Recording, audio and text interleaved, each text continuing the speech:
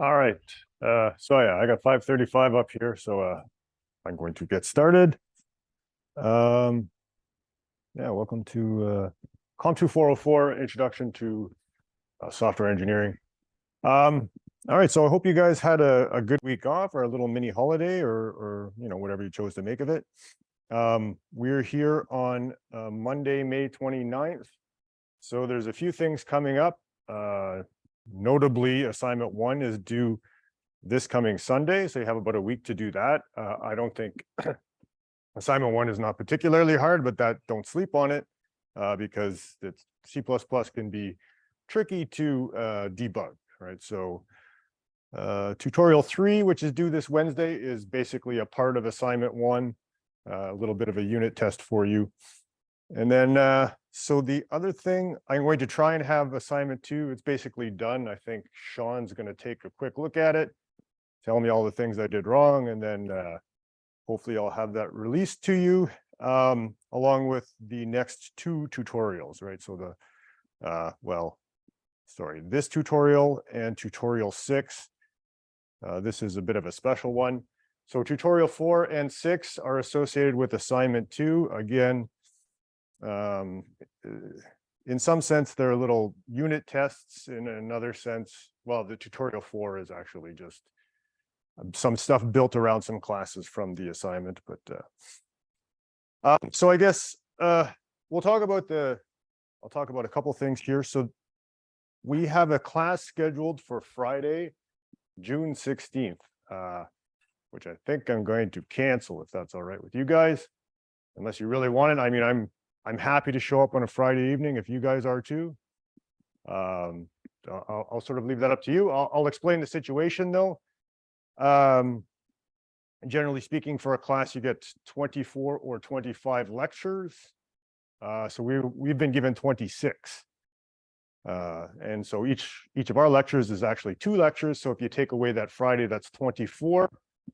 And that's what I usually get 25 lectures for this class.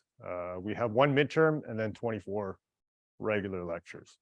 However, our midterm is going to be during the tutorial, so that means you'll still get the regular 24 lectures. And if you're really happy with showing up and learning stuff, I'll happily give you 26 lectures. But yeah, we'll see how much if you want. I'm completely fine with it, but this is sort of an unnecessary class, and it's a Friday night, and I don't know. Maybe you guys have better things to do. All right. Also, the midterm. So I'm going to have more information on the midterm. I'm meeting tomorrow with some people. It's not just me that's doing it, but sort of the idea behind it. I'll let you know what's happening so far is that it will be on Brightspace. There will be a multiple choice section and a coding section. And you'll be running COMAS on your computer. You should be contacted by the COMAS people soon. If you have any concerns, please bring them up. We can address them, right? But what we can't do is address them at the last minute. So please bring them up sooner rather than later if you have concerns or whatever the issue might be. So that's the idea. It's just going to be a Brightspace test. We'll be running COMAS, which just takes a bunch of screenshots. You won't have to have your camera on because you'll be in the room with a bunch of TAs. So yeah, that's the idea. And then all of this OpenStack stuff is simply so that you have an actual programming environment to use, right? You're not allowed to use your virtual machine because we can't control it, right? We can't, even if we could run another instance of COMAS, well, who knows, you could have which virtual machine you opened up, right? So the virtual machine is not a good solution. OpenStack is. So all that is for you to be able to use a programming environment for your test. That's it. If you choose not to, I'm okay with that. You're going to submit your code to Brightspace anyway, right? So it's to your advantage to have OpenStack set up and to know how to use it, to know how to SSH in from VS Code. You're free not to. I don't advise that. I guess I would take advantage if you're running on Well, you can technically even run on Windows if you install the GNU compiler. You will probably be able to write good code and submit good code. If you're running on Linux, you can definitely code on Linux. You'll have to do it in the special folder that's designated as safe, but those are other options. The OpenStack stuff is just for people who don't have those options, right? So that you can code on so you can write code and test it for the midterm. That's basically the idea behind it. All right. All right, so that's a bunch of stuff. Any questions on any of that? Okay. Yeah, again, there's a lot of moving pieces. I'm meeting with some people tomorrow. I'll probably have more information by next week on the exact specifics. This tutorial here is meant to be a practice midterm.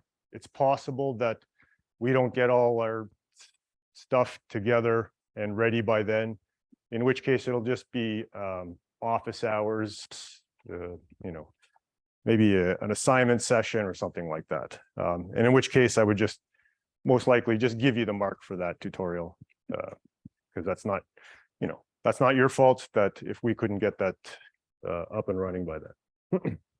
Okay, so that's a lot of the scheduled stuff taken care of. So yeah, last class we had left off talking about, what were we talking about? Constructors and destructors. Basically, we were on our way to building classes and using proper memory management and object-oriented programming techniques. So we're, again, this class starts a little bit slow. There's a lot of things to get up to speed on before you can do assignment 1. You'll find assignment 2 is a jump in difficulty, and you have less time to do it. So after this assignment, basically, we're going to have a regular work schedule, not quite as relaxed as it has been. But last class we had started these set of slides. We had talked about default arguments. So just a quick reminder. So in C++, we can have default arguments for a function. And that means any function, a global function, or a member function, or a constructor. So in this case, we had a global function called do the math. Basically, we took 2 numbers and a character, and we decided what sort of operation we wanted to do. And then we printed out the result of that operation. And we decided that most of the time, well, we just did plus. So we made that into a default argument, which means that now when I call do the math, I can call it with the full complement of arguments, right? So the 2 floats and the character, or I can leave off the character now. And then what happens is that plus automatically gets supplied for me when this function is called. And so you can have as many default arguments as you want. The one caveat is they all have to be to the far right of the argument list, right? So if I take this one out, you'll notice that my compiler is not really complaining like it should be, but when I try to compile it, it says the default argument missing for parameter 2, right? Because it notices I have one here, so it sees that I should have one here as well. Okay, so that's where we, sorry.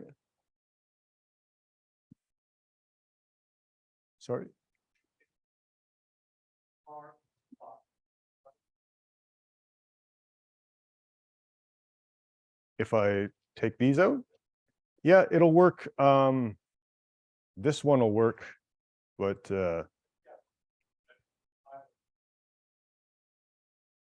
oh yeah, it will compile. Yes, it'll complain about these 2 function calls here, but it will.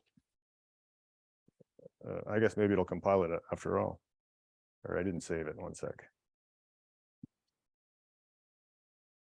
Yeah, so now it's just complaining about something different, but it's not complaining about the argument list. Yeah. Other questions?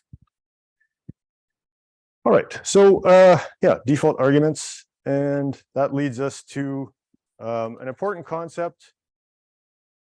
Well, first of all, you have to be careful with default arguments, because now when I call a function, if I made 2 functions with different argument lists. That's called function overloading, which is something we looked at earlier. So these are, two different functions that we can declare. But if I give it a default argument now, the function signature of fun1 is the same for both of these functions. So when I supply default arguments, I am, making my function more flexible, but it also, I'm overloading it to take for different forms, right? Different parameter lists. So you do have to be careful of that. But that being said, default arguments can be used in global functions, member functions, and constructors, which brings us to constructors, right? So every class that you make by default, if you don't specifically declare these member functions, you get them for free. They're not super useful, but they do a few, necessary things. So we get a default constructor for free. If I don't make a constructor, then I am still able to make an object of that type with no argument, as we'll see in a second. A default destructor. So we haven't really looked at destructors yet. That's coming up. We get a default copy constructor and a default assignment operator. So we're going to look at constructors, copy constructors, and default constructors today. The default assignment operator we're going to look at when we get to operator overloading. So that's a few lectures from now. So, but it is very similar in principle to the copy constructor. In particular, what usually happens is we basically want to make a constructor. You can get the default one, but if you have any members in your class, you'll want to initialize them, because if you don't, they can be filled with garbage. So you'll want to write a constructor. As far as these other three go, you don't always have to do it. It depends on what types of members you're storing in your class.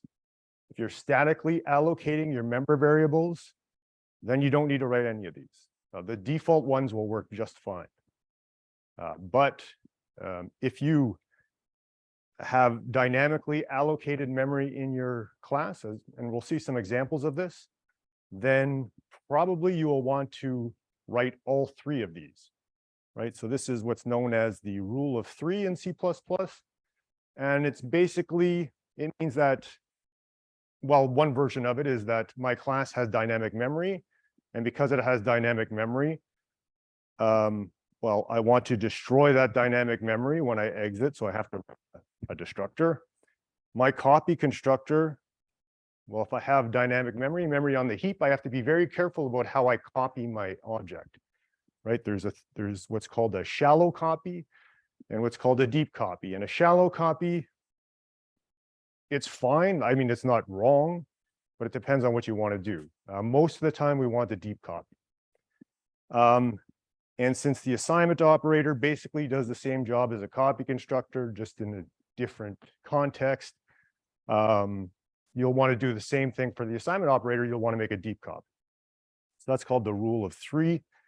There's also the rule of five, which we're not going to get to. There's what are called move constructors and assignment operators. So basically, well, I'll show you quite quickly here. If I have, let's say, a student class, and maybe I got a pointer to an address. Right, so I have an address object. I didn't statically allocate it. Maybe I'm jumping ahead a little bit here, but I'll give you the general outline and then we'll go into the details later. So this is an address object that is pointed to by my student. And if I do what's called a shallow copy, well, I make a copy of my student and copy the name and student number and all that. And then I copy the memory address of the address. Address is maybe not the best named object to use here, but so what would happen is now I have a copy of a student and those two students are pointing to the same address. So this is consequences that sometimes we want to avoid, right? So if maybe this student moves to, maybe they're, I don't know, for some reason they have the same name and, well, this is not the greatest example, but there are other examples where I'd want to make a copy of something, and I want to also make a copy of whatever dynamic memory is being pointed to. So by default, this is what happens by default. It's called a shallow copy. But it's possible that we want to make a copy of this address as well, which is called a deep copy. But if we want this, we have to write this code ourselves. And this is where the rule of 3 comes in.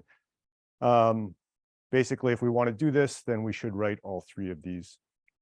The rule of 5 is for modern compilers where you actually want to do the opposite. You have a copy constructor, but you want to steal resources from another student, right? So in this case, I want to make a copy of a student. I have this student, maybe he lives on the stack, and I want to return it as a return parameter. Then I don't really want to make a copy of this address because this student's going to be deleted. What I want to do is I want to steal that memory. Right? We're not going to get too, we're not really going to get into move constructors and move assignment operators in this class, but just so you know, they do exist, and they're sort of the opposite of copy constructors and assignment operators. And the rule of 2, that's, my brother's a big Star Wars fan, so shall it. All right, so yeah. Any questions on that? I know I may have jumped ahead a little bit here, but okay. All right, so that all being said, we definitely want to make a constructor if we have any sort of memory variables at all. So let's look at what's our date class. So we would have a regular constructor here. We have a 3-argument constructor, but this also doubles as a default constructor, right? So a default constructor is basically either a 0-argument constructor or a constructor with all default arguments.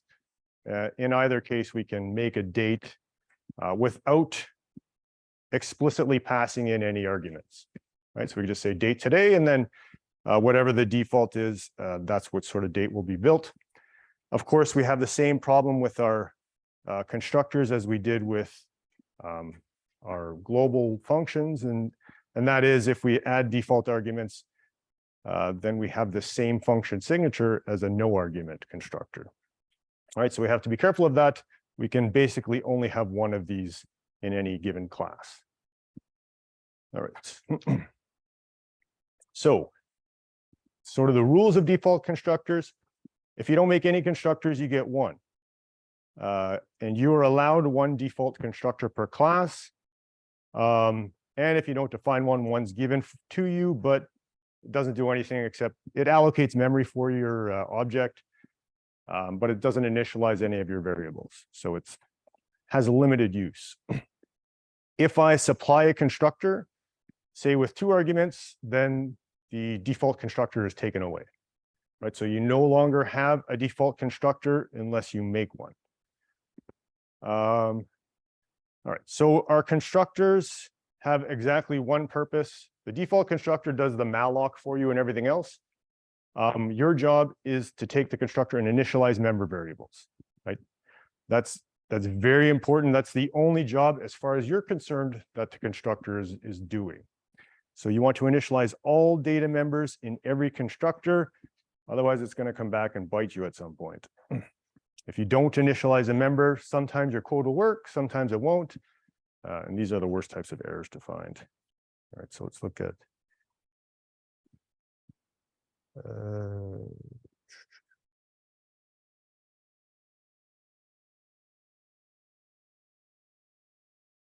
okay, so we have a date class, and here we have just the regular 3-argument constructor, and we have a no argument constructor. Other than that, it's a pretty simple class. There's some setters and different functions and a print, basically. It stores a date and prints it for you, and that's basically all it's good for. Our default date sets the date to 1901, January 1st. So yeah, that means in our main function, we include date, we include calendar, and we can do something like this. I can declare a date and explicitly pass in the year, month, and day.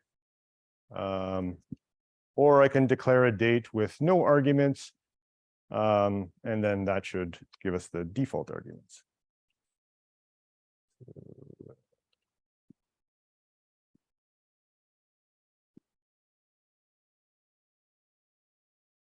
Okay, so yeah, January 18th, 2023 and January 1st, 1901. So both of these worked. But now if we want a little more flexibility, we can trade in our no argument constructor here and just simply put a default constructor. I'm going to give these all default arguments.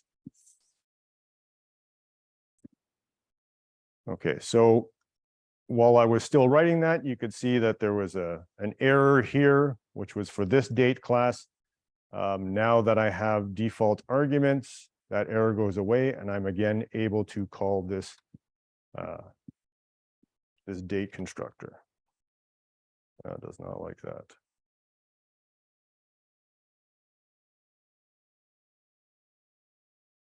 Yeah, all right. Well.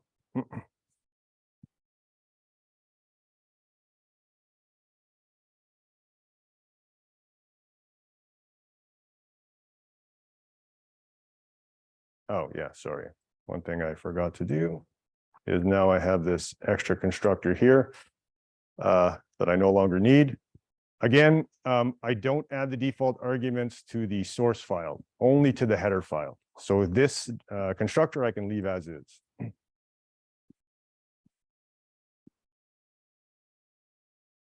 Okay, so yeah, again, we have January 18th, 2023, January 1st, 1901. Everybody's happy. But now this, of course, default constructor gives me a little more flexibility in how I can declare my dates.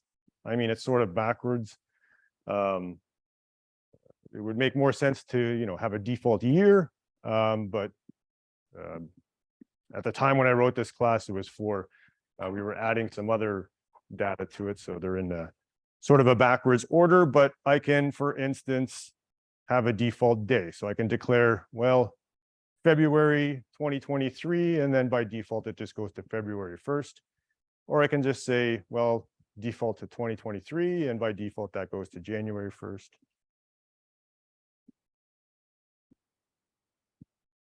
So yeah, there we go. Default arguments, default constructors. A default constructor with default arguments is more flexible, but the other one's still valid. It still works. Yeah.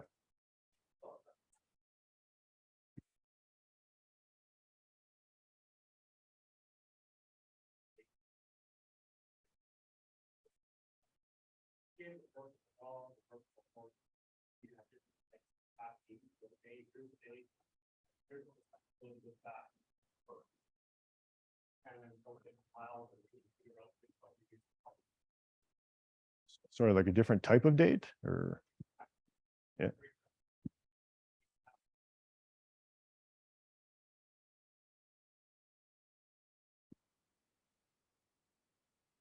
Okay. Yep.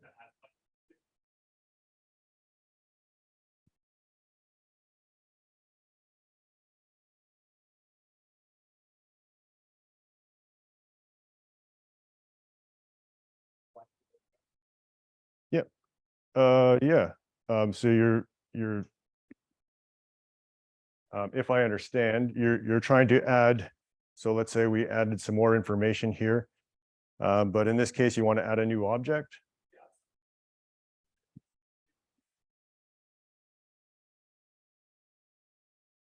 Yeah, you can make 4 different constructors like that. Yeah, as long as the arguments are different. Oh, wait, because now the default argument. Yeah, you might have trouble with that. Let me see here.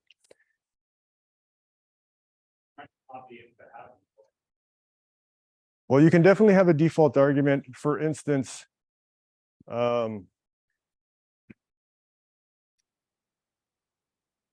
yeah, that would be a solution, is to use inheritance and polymorphism so that then the yeah, the problem is you only get one default argument that way, right? You can't have a default argument for a horse and for a well, No, you can't, because there's no way the compiler will be able to tell it apart. I mean, there's other little hacks you can do, right? You can say, oh, okay, well, I'll just add another dummy variable here, and that means a horse, and which is not unheard of. Not really the greatest practice, but yeah. Yeah, did that answer your question? Sort of. We'll see examples of passing in objects to constructors. And so for instance, I could say, well, maybe I want to pass in a date to my constructor as well. It's not really a great idea, but technically I can do that. And as a default, I can just say, which one? Right, I can supply a default argument here, so this is not going to work, but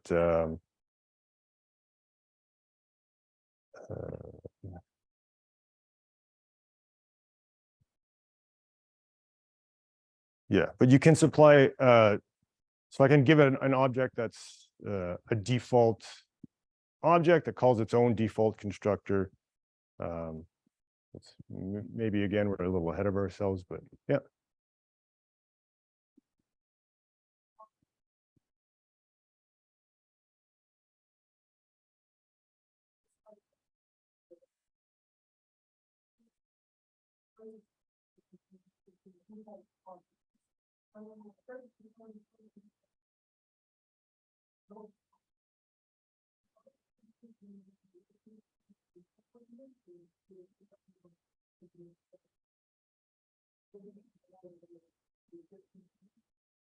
I'm sorry, I couldn't. What? So you have one function up here with default arguments.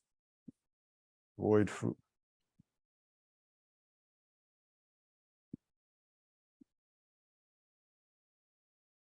And I put the definition straight after.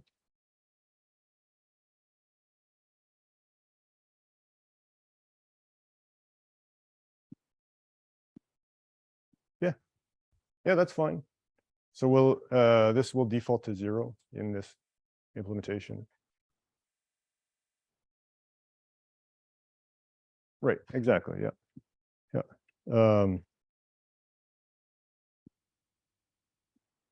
Foo.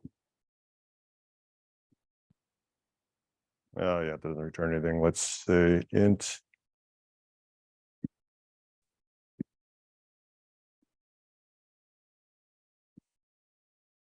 Okay, so now this should print out a 0 here for. Yeah, you can see the 0 here just barely, but yeah. So yeah, you can do that. Again, the compiler doesn't try to do anything tricky. It's just very, very straightforward. If you do something dumb or clever, it doesn't know the difference. It just says, okay, that's what you want to do, you can do it. Other questions? Okay. Yeah, and in addition to that, well, these are all dates that are declared on the function call stack, right? So we talked a little bit about memory management. That's going to be in the next section. These are called in the function call stack, and they get deleted for us when we exit.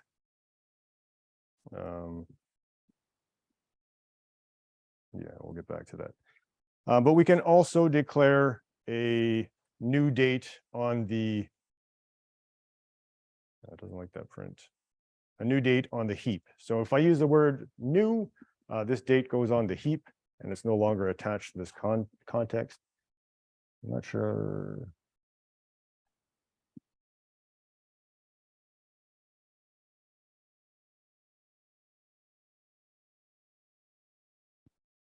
Is that right?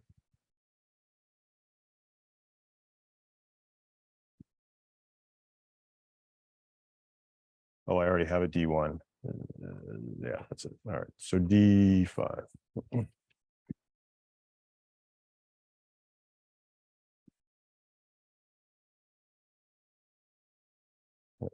So yeah, same thing, January 1st, 1901, but now it's on the heap, and now I have to use this arrow operator to call the members. And if I wanted to, be a good programmer, I would want to clean up my memory when I'm done. So every time you see the word new, you should have the word delete. Generally speaking, you delete a object in the same context where you declared the new. So if it's in another object and you declare new inside that object in a function or the constructor, you should call delete in the destructor as a rule of thumb. In this case, we're doing it in a function. In the main function, I called new, so I also called delete here. That's good, safe memory management. Okay. The other nice thing, so here I have a calendar.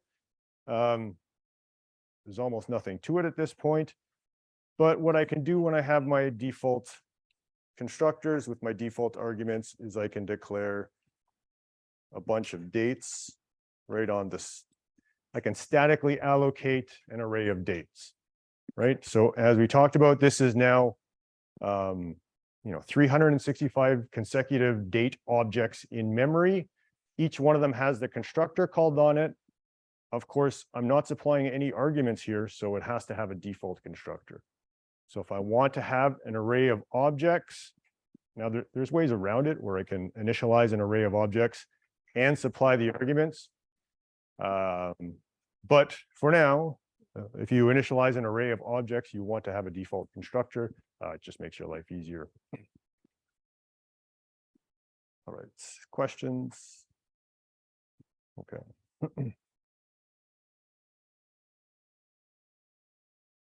All right, so default constructors are called implicitly when an object is declared with no parameters. So if I declare an object like this, or if an array of objects is declared, then the default constructor again gets called for you. Yes.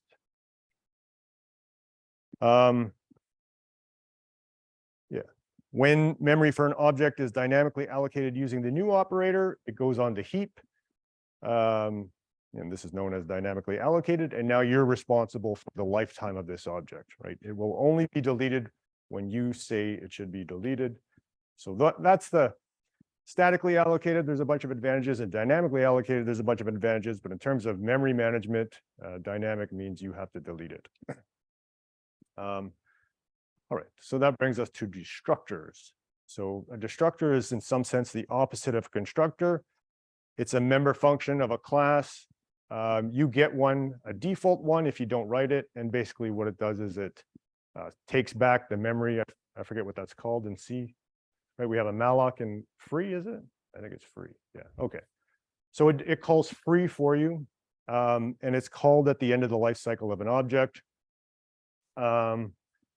You get only one destructor per class. All right, so there's no arguments in a constructor or a destructor, sorry. So you get one version of it, you get the default one. If you call delete on dynamically allocated memory, it immediately triggers the destructor, right? If you call delete on statically allocated memory, then the compiler is going to complain. But statically allocated memory, it's called implicitly at the end of the object lifecycle. So when I statically allocate an object, it belongs to some context, either a stack frame or another object. And when that context is destroyed, then the destructor is called for you. And the syntax is simply like my default constructor, but I add a little tilde at the beginning. All right, so what do we use a destructor for? Well, we clean up and release resources. We could close files. We can, shut down internet connections, things like that. Save state would be another one. We will use it mainly to release dynamically allocated memory. That's going to be our main focus, is memory management when we for our versions of C++. What that means is that inside my object, maybe I called new a bunch of times, right? Like on your assignment 1, when you're adding sessions to a game, you're calling new session. When you're adding games to your Game Geek class, you're calling new game. So if you wanted to properly manage memory in assignment 1, you would use the destructor and you would loop over those arrays basically and delete everything. Right? So that's going to be the primary usage for us in this class, is for cleaning up dynamically allocated memory. We always have to write the destructor code. If we don't, the compiler has no idea what resources should be released. If I use the default constructor, statically allocated members are destroyed for you, but dynamically allocated ones are not. So if we look back at our calendar, so our calendar has an array of dates. Since these are statically allocated, I don't have to write a destructor. These are all, when the calendar itself is destroyed, the default destructor calls the destructor of every date in this array for me, right? That's because they're statically allocated. I didn't use new anywhere in this calendar class. So yeah. Okay, so yeah. For multiple objects, destructors are usually called in the reverse order of the constructors, but not always. So yeah. We'll look at programming example P3, and then time permitting, we'll go back to P2 and change it up a little bit. But P3 is quite simple. I have a class called thing, and it's a really simple class. It takes a ID, so I can identify which thing this is, and then it has a string with I'm going to use to initialize the location. So I could say, I could pass in, for instance, this is thing one in the main function. And then when I call the constructor, we see that I'm going to declare that I'm in the constructor, so we can see exactly when this is being called. And when the destructor is called, I also declare that I'm going to be in the destructor, and I print out the ID and the location, right? So this dynamic memory we'll come back to. But yeah, so the main thing is we have a constructor. There's default arguments, but we're not going to use them. We have a destructor, and we're going to look at when those are called. So in my main function, I have, I declare that I'm in main, and then we do a little cat in the hat here. But all right, so we're going to start by so we know when the main function starts, we know when the main function ends, and now we want to see when these things are built. So the first thing we're going to do is build two of these things at a global level, right? So thing one and thing two are both global things declared at file scope outside of any function. Sorry, I got that wrong place.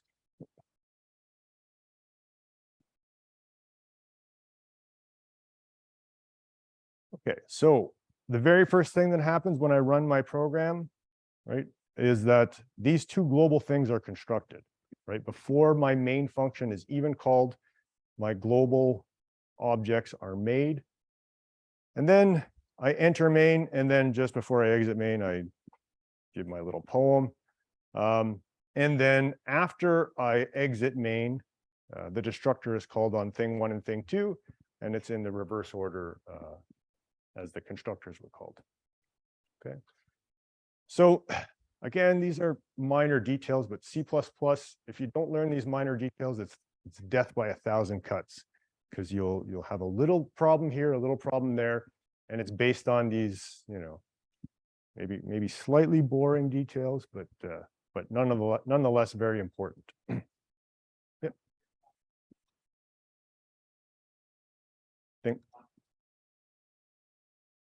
Let's do that. Well, first of all, it's going to complain because I'm calling delete on the wrong type. But if I made it into a pointer, let's say,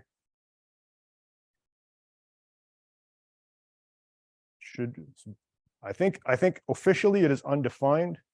It's giving me a warning.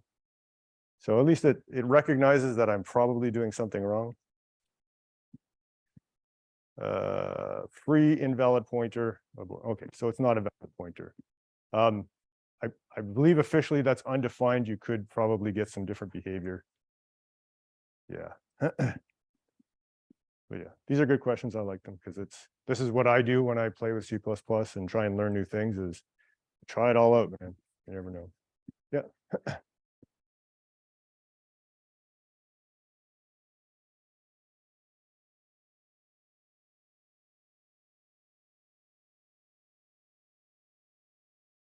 Yes, there is a default. So unlike the default constructor, well, the default, I wouldn't say it does nothing. It calls the default constructors of your member variables if they exist, right? The constructors. So the default constructor calls default constructors of the member variables, and the default destructor calls the default destructor of the member variables, which the default destructor basically cleans up memory. That's all it does by itself.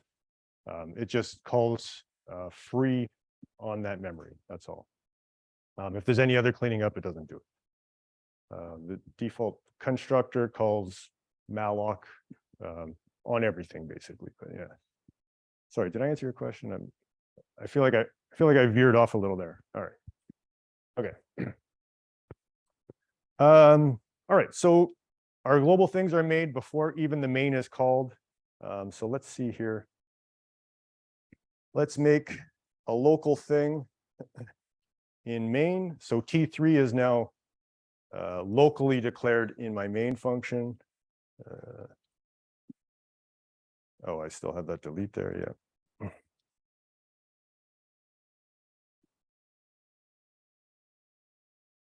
Okay, so my two global things are made first, then main is called, and then, thing 3 is made exactly when I declare it inside of main, right? So after this call and before this call, this thing is constructed. The destructor is called just after I exit main. So when I exit main, again, if you remember the memory model, there's a, do I have that here? Right, we have a stack frame. That's basically all main is at this point. And in that stack frame is allocated this thing 3. And then when I exit main, well, this stack frame is popped off, and also the destructor is called on any local variable. So the constructor is called when I declare it. The destructor is called when I exit.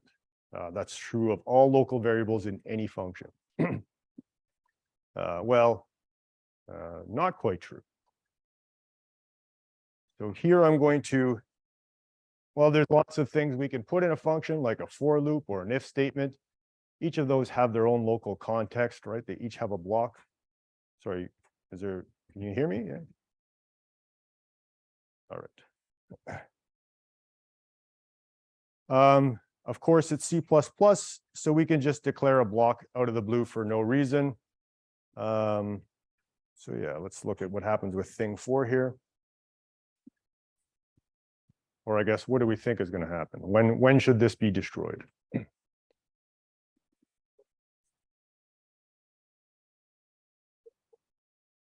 Yeah, we would think, or at least based on what I've told you, as long as I've, been truthful up till now, I basically have, is that as soon as we exit this block, that thing's going to be destroyed. So that's hopefully what we see. I have been wrong before. Okay, so so the thing 4 is made and then destroyed right away as soon as we exit that block, before we call this C outline. So yeah, that's exactly what we expected to happen.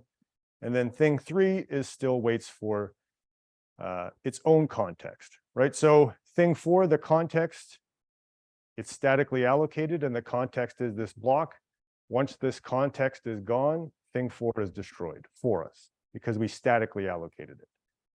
Thing 3 exists in the context of the main function. So when the main is destroyed, or the stack frame is destroyed is not the right word, but it was popped off, then thing 3 is destroyed. Okay. We can dynamically allocate something here called thing 9. And let's see what happens here. So I'm going to actually, just so we don't have quite the same mess of all of these things. So thing 9, the constructor was called, but the destructor was never called, right? Because thing 9, when I said new, it's put on the heap, and now I'm responsible for when that's deleted. And I never called delete, so it never got deleted. And technically I have a memory leak. Right. So it's the constructor was called when we got to here, but the destructor was not called. If I then call delete on thing 9,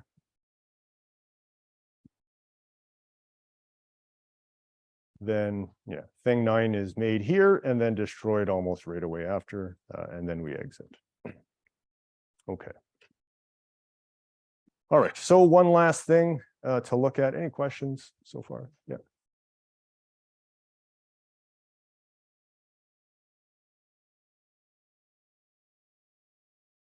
An array of pointers to things?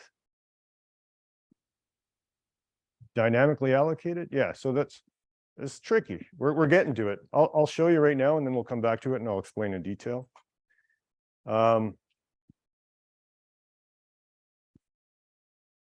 So I can declare a double pointer. And what that means is that, well, the first pointer means that I'm pointing at an array. It doesn't have to, but that's the way the compiler will interpret it. The second pointer is the, yeah, so I jump to the thing. So now if I wanted this to be a array, so far it's pointing at nothing, but I can say new thing. It's an array of pointers, and we can make 10 of them. This will give us 10. Actually, no, it won't. It will give us 10 thing pointers. It won't call the constructor at all. But yeah, that's how you would do a dynamic array of pointers, which we're getting to. So we're going to come back to arrays. There's 4 main ways to do arrays in C++. So, right, other questions? Okay.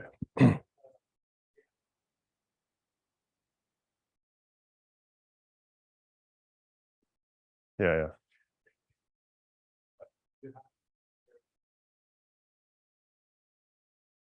Yes.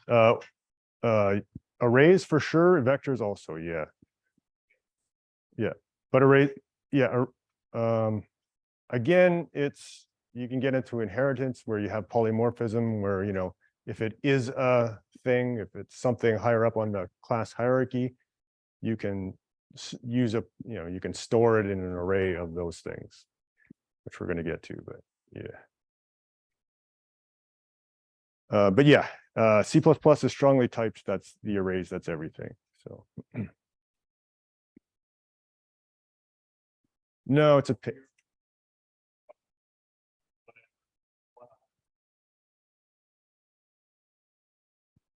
there's tricks you can do, right? Because if I have, let's say I made my calendar, my array of dates statically allocated, I can have a static variable that keeps track of the current day. So I can say, well, make me 365 dates, and then I can have the constructor will update for me. And there's tricks like that you can do. Yeah. But you know, the version, the very vanilla version we're learning is yeah. Not so easy, I guess. Other questions? All right. Yeah, so here we have a function as well. So, you know, I forward reference the function here, and then I'm going to declare these 2 things in my func, and then is it func or func1?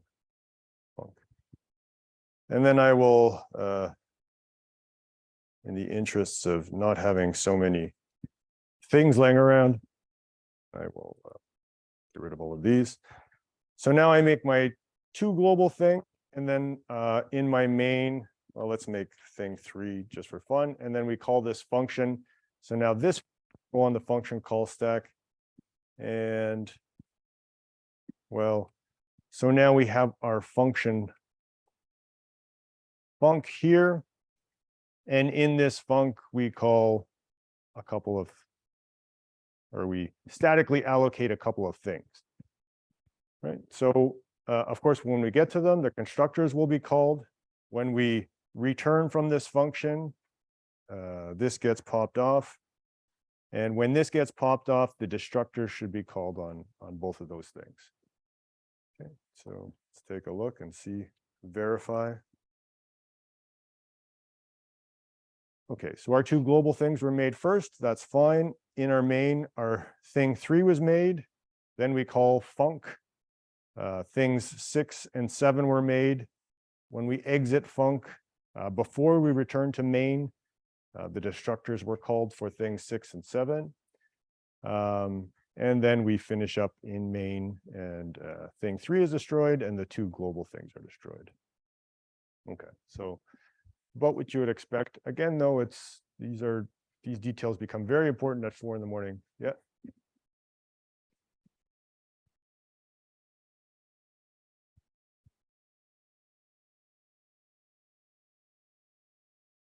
I believe that's the case, yes. But I don't think, so you will usually see that that's the order. I'm not sure if that's guaranteed. And again, probably depending on the version of C++ you're using, you would have to look that up. That might be mostly what happens, but if there's free memory somewhere, that's right. So these global things are stored in technically a different place in memory than in the stack. So it could be that they're in reverse order. I don't know. I just know that it's not guaranteed. It's just probably what you're going to see. There's probably ways to make it so it does something different. Other questions? Okay. I think that's the end of our things. Oh yeah, well, I guess one other thing we could show you is I make another global thing 5 down here. I made it after the main function. And if you can ignore the huge mess of things, what you'll notice is that, well, the global things were all made before the call to main, regardless of where I put them in the file. All right, so that's, I guess, one last thing. Still in the reverse order they were made. Let's see. What's that?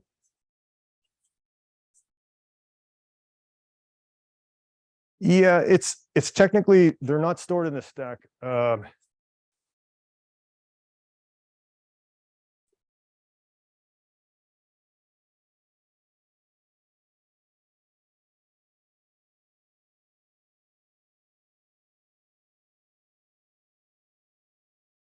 Right. I mean, well, even the heap behaves as a stack if you delete things in the same order you made them, right? So it's just because it behaves like a stack doesn't mean it is a stack.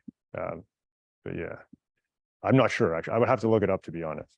I'm not sure how what part of your operating system controls how global variables are stored.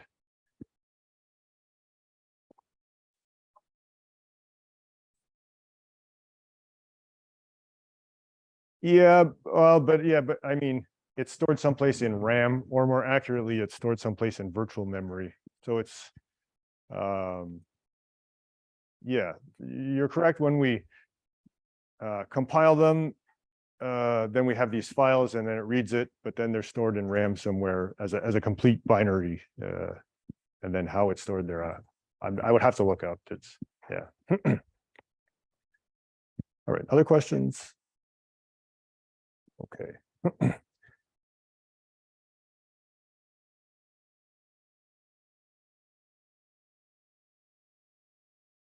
Oh yeah, P2.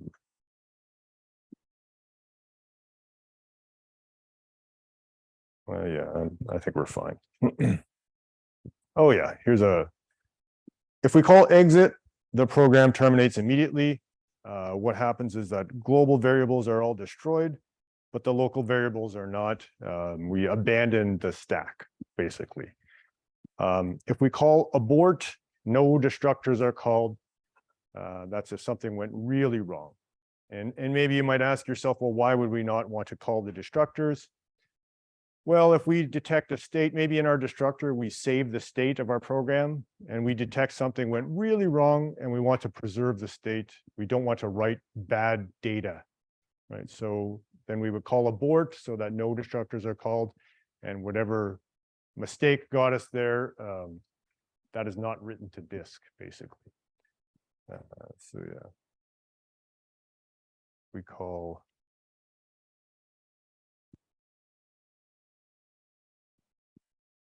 exit. And yeah, I think it wants it. Exit 1, I believe, is will give us an error code.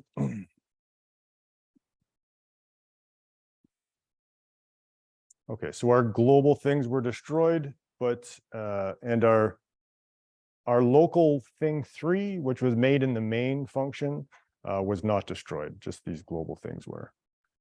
And if we call abort, actually, let's call, yeah, that's fine.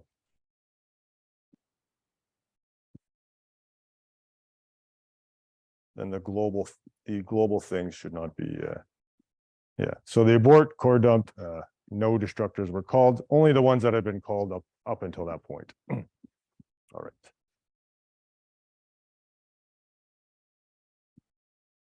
All right, so copy constructors. So copy constructors are surprisingly important in C++. So we make copies of a lot of stuff for a variety of reasons.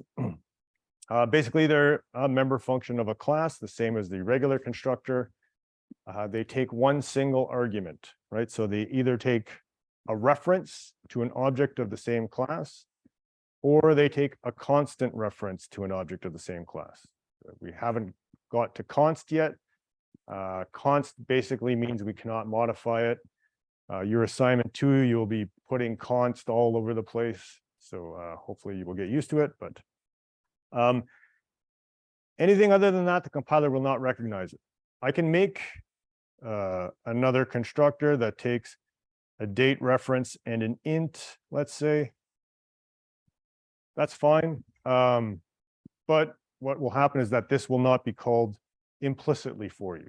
So the power of these is that the compiler will recognize some instances where it should be called and do it for you. So yeah, don't pass in an object, don't pass in anything by value, don't pass in a pointer.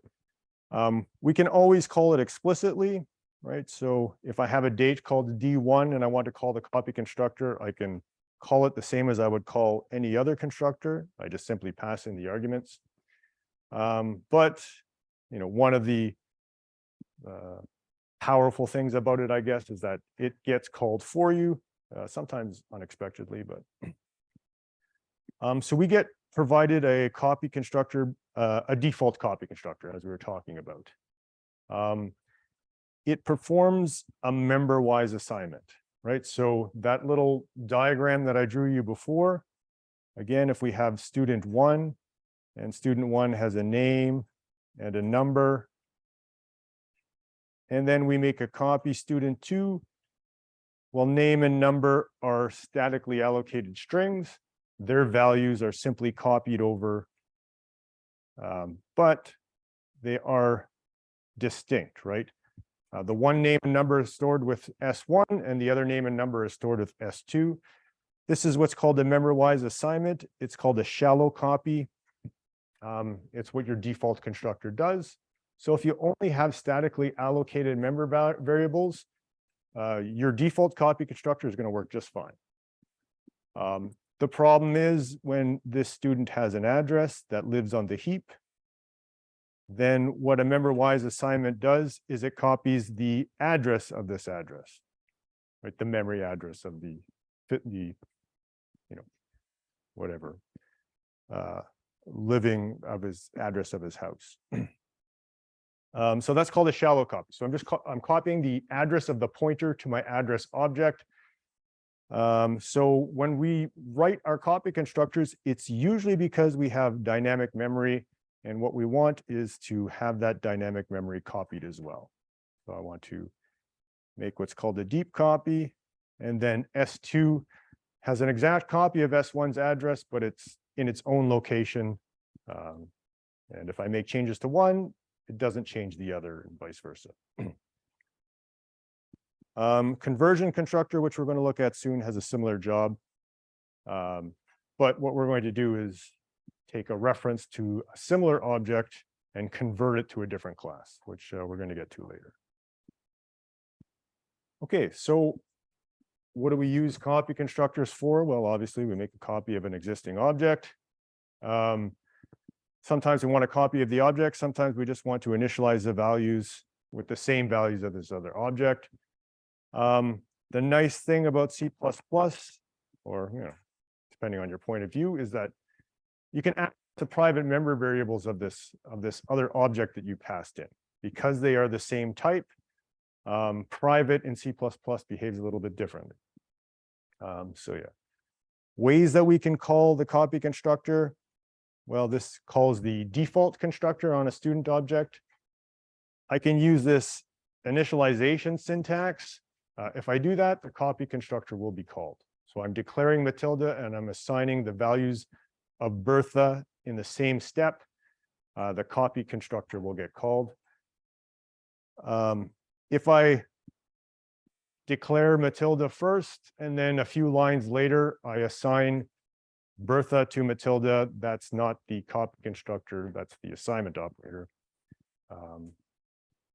Again, if we're making a copy constructor, we probably want to make an assignment operator, but we're not going to do that right now. We'll wait till later. Yeah. All right, so copy constructors can be called explicitly, or that's exactly what I just did, but how are we doing for time? Yeah, so let's do this example P4.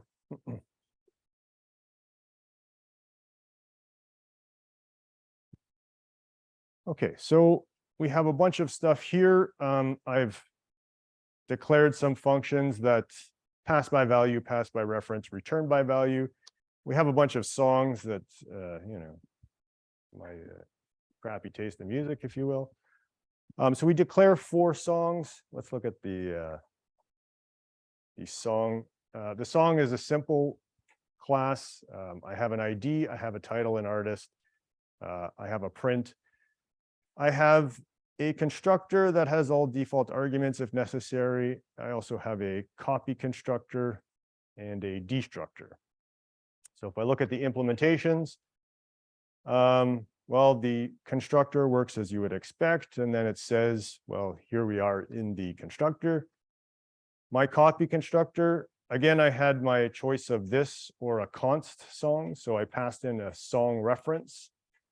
And then what I did is basically a member-wise assignment, the same as my default copy constructor would do.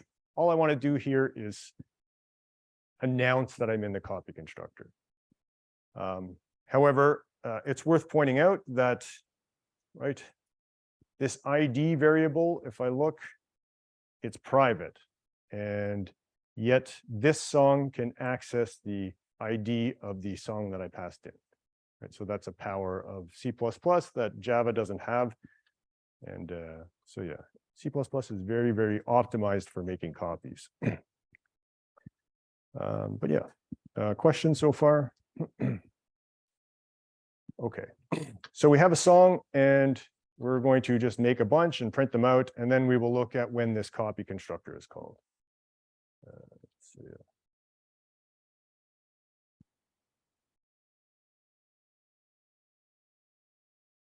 Okay, so the default and normal constructor, right? So it's just one constructor that's being called. So the constructors for 1, 2, 3, and 4 are called.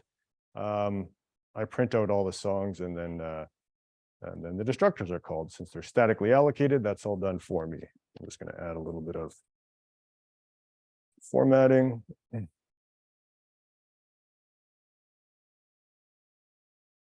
Okay, so now we're going to look at the ways that the copy constructor would be called.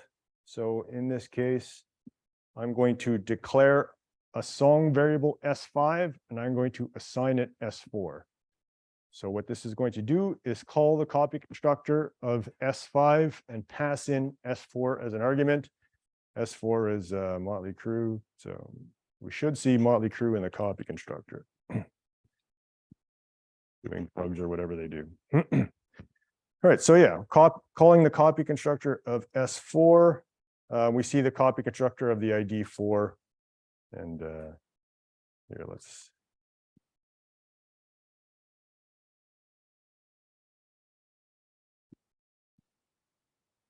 Title. Okay.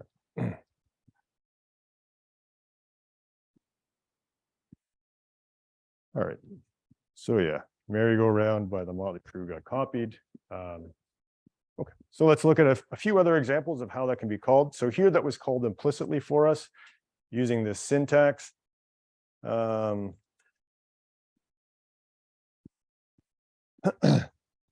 going to, in this case, do something similar, but not quite the same. We're going to declare song 6 here, and then we're going to use the assignment operator to assign song 4 to song 6. So here I assign song 4 to song 5. Here I assign song 4 to song 6. Let's skip this print. So yeah, these are going to print the same thing, but they got there through different channels. In this case, I called the copy constructor. In this case, I called the assignment operator. So you're not going to see any declaration there since we're using the default. All right, so the copy constructor gets called here, and then we print it out. It's the merry-go-round, and then we assign song 4 to song 6. We did not see, there's no declaration of the copy constructor, and we print it out. But we did make a copy of it the same as we did with the copy constructor. All right.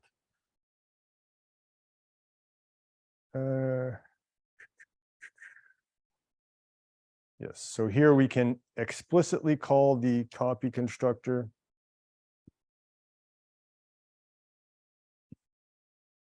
Right, and this would be this usage, and this usage would be the most common. The other usage is, of course, if I pass by value, which we'll get to.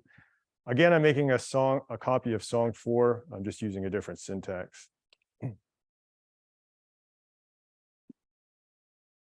Okay, so the explicit call to the copy constructor, again, Motley Crew is copied and printed. So we have now 3 or 4 copies. And,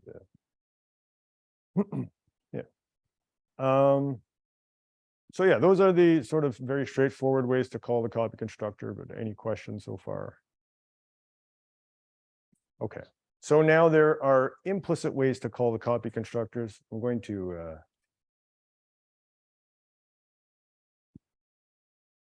clean up some of this. We don't need all of these songs that we're not using.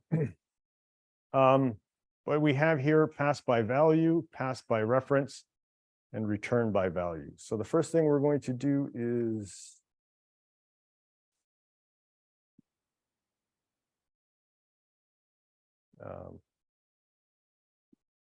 pass a song by value.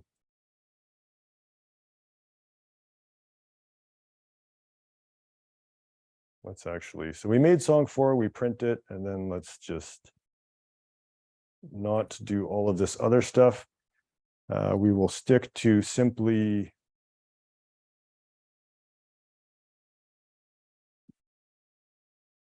calling the pass by value function and passing in song 4. Okay. So pass by value is not a song reference. So I'm going to pass it in, and then my pass by value and pass by reference both print. So I make Motley Crew, I print them out, and then I call pass by value and I print it out again in the function.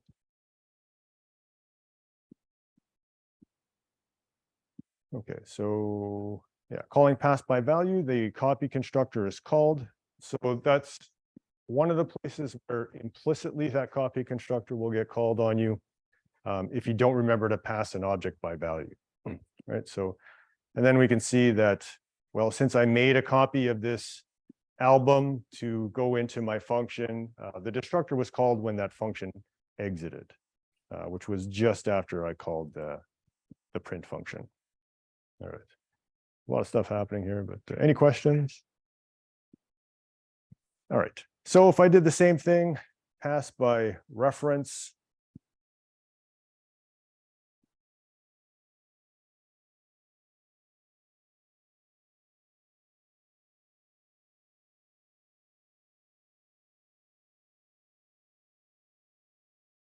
Okay, so up here, when I called pass by value, I had the copy constructor called, and then I printed it. pass by reference, no copy constructor, right? Because I'm simply passing in the address. I'm making the same call to print, but now it's on the object that belongs to the main function. The last one is this return by value. So this is a little bit trickier.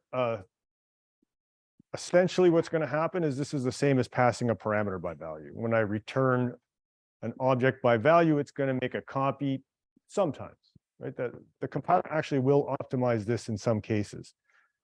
If I'd, for instance, let's see.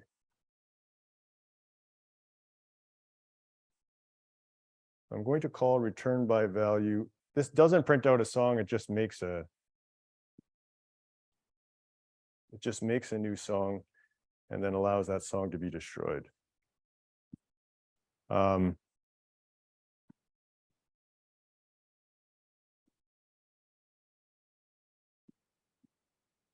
calling return by value, the copy constructor was not called, right? So if I did something a little bit different though, see, even if I did something like this, which is going to complain.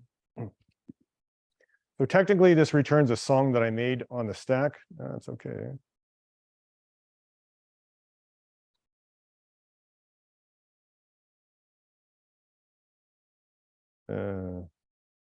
Yeah, that's a little.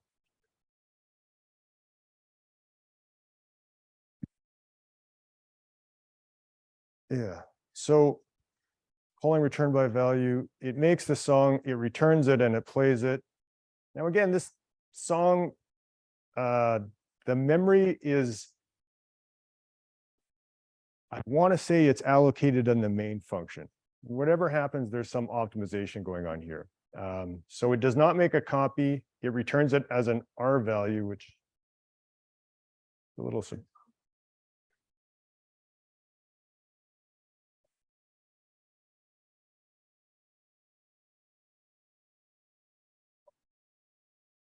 It makes space in the main, yeah. Yeah, so that makes sense. The compiler recognizes that I'm not leaving this here, that I'm actually returning it to the main function, and so it allocates memory here. Yes, it is temporary. I am surprised that it didn't get returned as an R value, though. That's anyway. Getting a little ahead of myself. Let's say S10. So if I assign it to a new song, of course, the copy constructor will get called. Oops.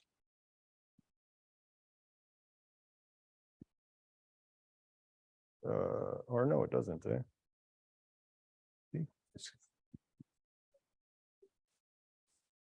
Yes. No, this is where I always mess up a little bit, because yeah, the compiler does optimize it here. In fact, we declared this song S10 here, and it was smart enough to realize that, yeah.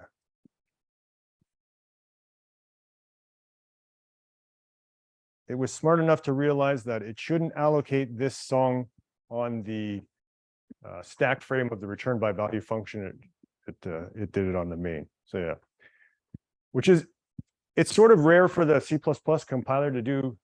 Well, it doesn't do any optimization where it might slow your code down, but it will do optimizations where it's always guaranteed to speed it up, which apparently this is one of them. But regardless, when you're writing code, you can sort of treat this as return by value. And if you get some optimizations, well, good for you. There's no harm in it. If you were prepared to make a copy of this and no copy is made, you'll still be okay. Anyway, questions?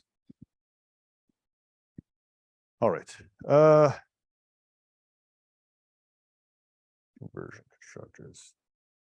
Yeah, since we're here, let's do conversion constructors.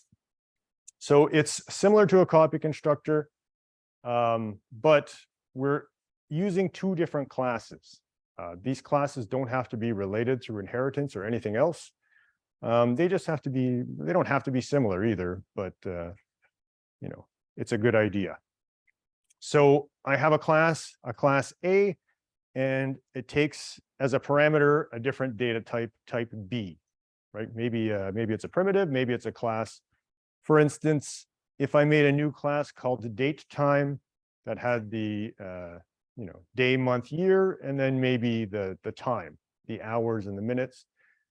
And I could, technically I can initialize it with a date object, right? I can initialize it to midnight on whatever this date is. That sort of makes sense, and that's how we would use a conversion constructor normally.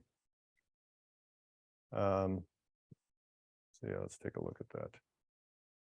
The use cases are very similar. There's one different caveat. So in this case, we have our song objects. Well, there's two caveats. So you see here, I got some getters, which I didn't have before, because I need them now, because since a song is not a video, right? We're going to convert a song to a video. I don't know if video is really a thing these days, but whatever. It's a song that has an accompanying video element to it. So I'm going to take a song and I'm going to add some scenes to it and make it into a video. So I'm going to have a conversion constructor in my video. However, a video is not a song and a song is not a video, and I have no access to the private members of the song class from my too much music. Yeah.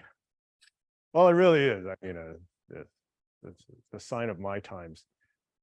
I'm not even sure what the vernacular is these days, but yes, too much music.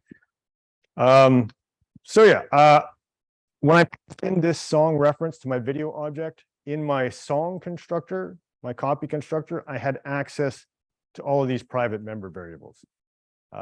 In my video constructor, I don't, right? So I have to be able to publicly access these, or else make it a friend class, which is probably what we would do, but that's getting a little ahead of ourselves. So my video object has a title and an artist, and then it has, in addition to that, it has a length in a runtime, I guess. I don't know. So in order to access these members, I need some way. In this case, I'm just going to use getters. But then I have basically a conversion constructor. Yeah. All right.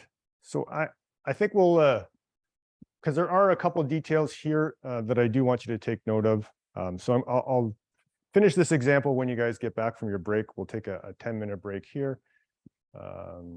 Yeah, I thought it would be a little bit shorter, but now that I'm looking at it, we'll take a few minutes to cover. So we'll come back in roughly 10 minutes, probably, let's say 7:05, and then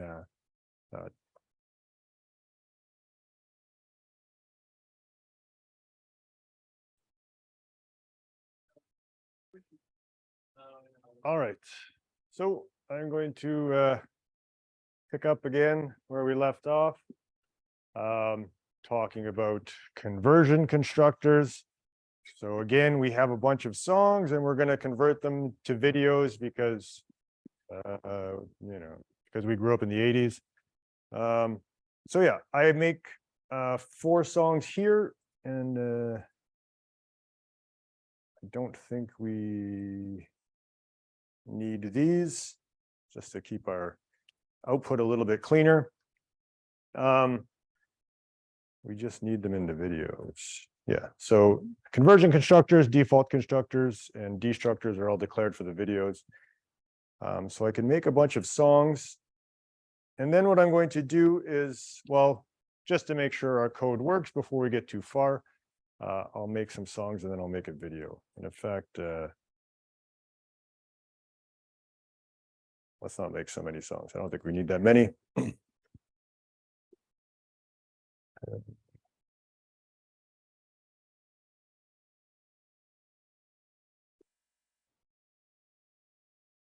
Okay, so we made a video. The default constructor was called. We printed it. When we left, the video destructor was called in the song. Oh, I forgot the song destructor still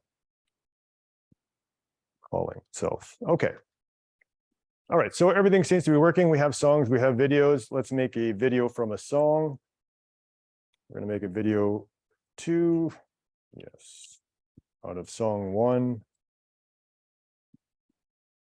And then we're going to print it.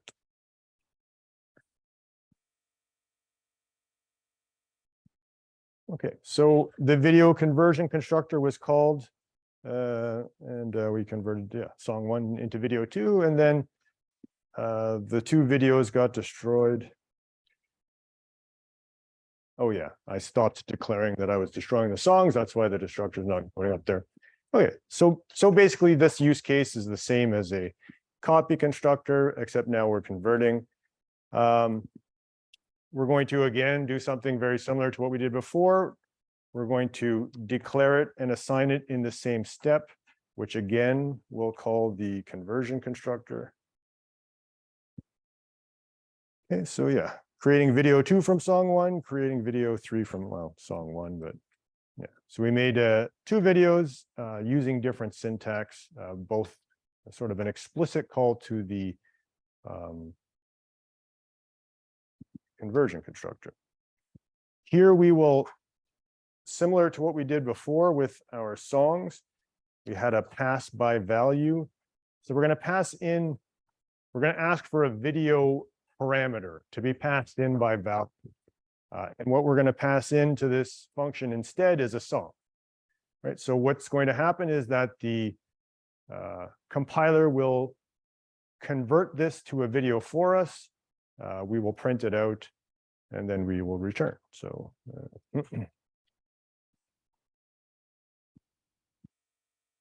okay, so calling video argument by value, the conversion constructor is called. We print out the video, then that video is destroyed. Okay, so really no surprises so far. Here, I'm going to do a return by value. So now this is a little bit strange. I'm returning a video by value, but on my return statement, I'm returning a song that was statically allocated in this function. So when we did this with the song, when we returned a song by value, the copy constructor was not called. And here, I don't know, anybody want to guess? I even forget what's supposed to happen here. That's why C++, you always kind of got to test these things out. I think it does actually call the conversion constructor. Right, so return by value, yes, the video conversion constructor is called, and then the destructor is called. Right, so this is returned, but we don't do anything with it, so the destructor is called right away. We could assign it to another video or something like that, but that is, you know, one of the C++ can be a little bit tricky. So when I return a song by value, no copy constructor, but if I'm converting it, the conversion constructor is called. Okay. All right, questions? Okay, so what happens here? I have video 2, I try to assign it song 1 and then print video 2. That's interesting. Yeah.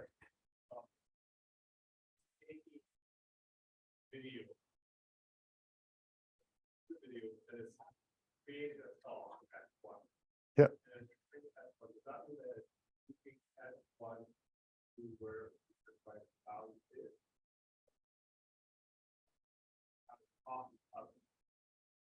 Yeah, that's a very good question. And I'm going to take a guess in that there's now a space for 2 objects, right? So before, when we made the song, it didn't reserve any space here. It reserved space in the main function because it saw that we were returning it. Whereas here, it sees, well, I'm making a song here, but down here, I need space for a video. So now it has 2 explicitly different places in memory that this thing exists. Here, let's just explore this mystery a little more. If I declare my song destructor, so yeah, return, Yeah, I got some extra stuff. So what we're interested in here is, sorry, let me go back and just back up a little bit.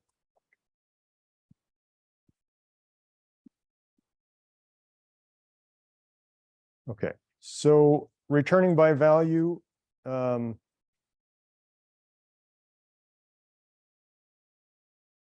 Yeah, so when I returned, that song destructor was called, and then this video destructor was also called again because it's temporary. So in this case, there's two explicit memory locations for these things. If I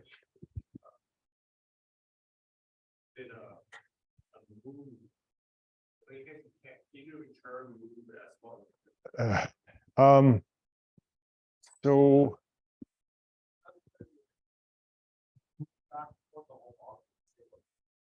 yeah, well,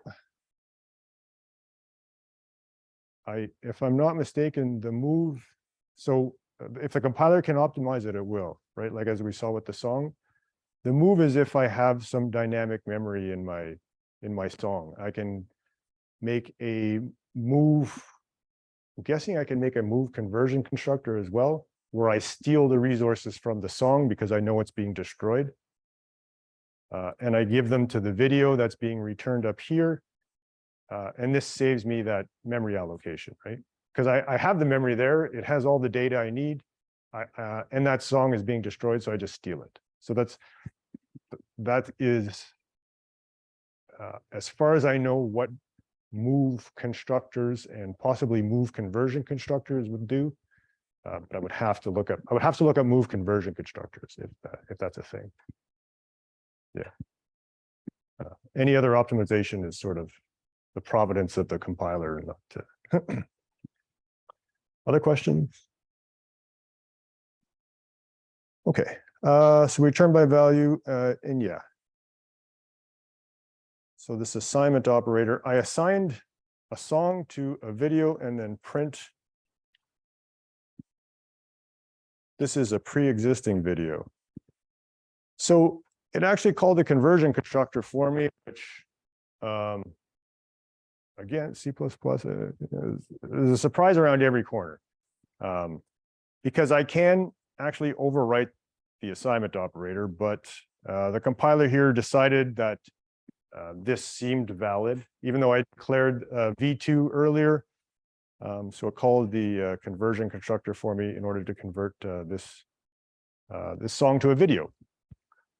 So yeah, so conversion constructor is very similar to a copy constructor, but there are a few differences. This return by value thing and this assignment operator in particular. The one last thing is that maybe I don't want, so there's a lot of implicit conversions happening here, but maybe I want to say, don't accidentally change your song into a video, only convert it if you know what you're doing. So I can add this explicit keyword to this conversion constructor. And now all the implicit conversions are getting flagged. So this is an implicit conversion. Passing by value is an implicit conversion. Return by value, yeah, return by value is an implicit conversion. And this assignment is also an implicit conversion. The only thing that's explicit is this. So if I put the explicit keyword, I'm saying you can change the song into a video, but only if you do it purposefully. And yeah. All right. So that's it. Constructors, copy constructors, destructors. Those are the most important things. You should, conversion constructors. I don't think I have anything in your assignments yet. Maybe I'll try and put something in assignment 3. But any questions? Oh, sorry.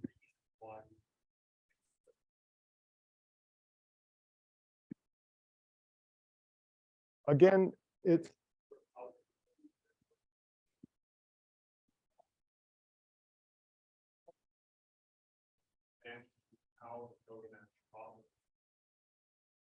like nothing in it's again, it's for the compiler to catch errors. So I'm saying, because as a programmer, I mean, I might do something like this, right? Video v3 equals s1. I'm just, oh, does it work? I don't know. But if it works, great, right? You do that with floats and ints and stuff like that. So it's to prevent people from accidentally just sort of like going, oh, it seems to work, so I guess I'll keep it. As opposed to, I'm making you be well aware of what you're doing by making you call it like that. So that's it's just like almost everything, it's so the compiler catches your errors. That's all. Yeah, but there's no like I seriously doubt there's any sort of performance advantage or anything like that. Other questions? Yeah.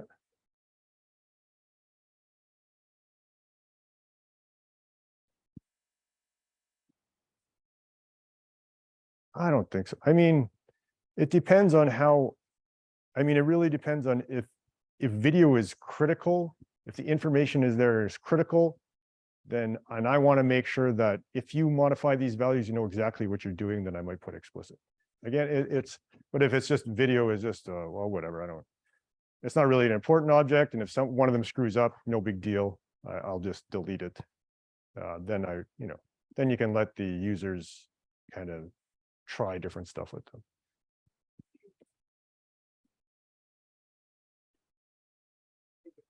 Well, you should know what you're doing and then cause the problem, then you need to look back and go to figure out what it's going to be. Yeah. Instead of just thinking, telling you right at the beginning. Right, right. Yeah. It's not very nice for doer. C++ is not nice at all. It's mean. It's 4 a.m. bang your head on the keyboard mean. Yeah. All right, other questions? Okay. All right, so those are our constructors, destructors, and copy constructors are the most important. So that really brings us to probably, and it's not that long, but it's very critical, and it's the foundation of, not the foundation of C++, but the foundation of a lot of problems in C++ stem from your ability to introduce memory leaks, right? So memory management is very important. I'm going to sort of steer you towards certain strategies for it. But I think the main takeaway from this is think about it. Make a strategy for your memory management. It doesn't have to be exactly what I show you, but you should have something in mind for how memory is managed when you write in C++. So yeah, which reminds me of when Windows 11 first came out. It was funny, they had a massive memory leak in their Windows Explorer, right? So just the file system. So if you did the Control-Alt-Delete, it brings up all the running processes. The task manager brings up all the running processes with their RAM, right? So the memory here, how many megabytes of RAM they're running. And when Windows 11 first came out, you could, for instance, open Windows Explorer, which you see right here has 40.2 megabytes. It's not even running right now. Let's try this actually. Let's make sure they got rid of this. So here I opened Windows Explorer. Now I'm at 65 megabytes. Now I'm at 64.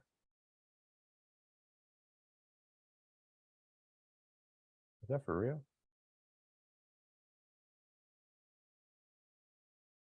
Right. Okay. So yeah, they did fix it. Yes. So they do. Yeah. Like as mentioned, if you open it and then close it right away, they sort of reserve that RAM just in case you reopen it. But what used to happen is that every time you would open Windows Explorer, another 40 megabytes of memory would be added, and then when you closed it, it would just stay there. So you could actually get Windows Explorer up to whatever you wanted.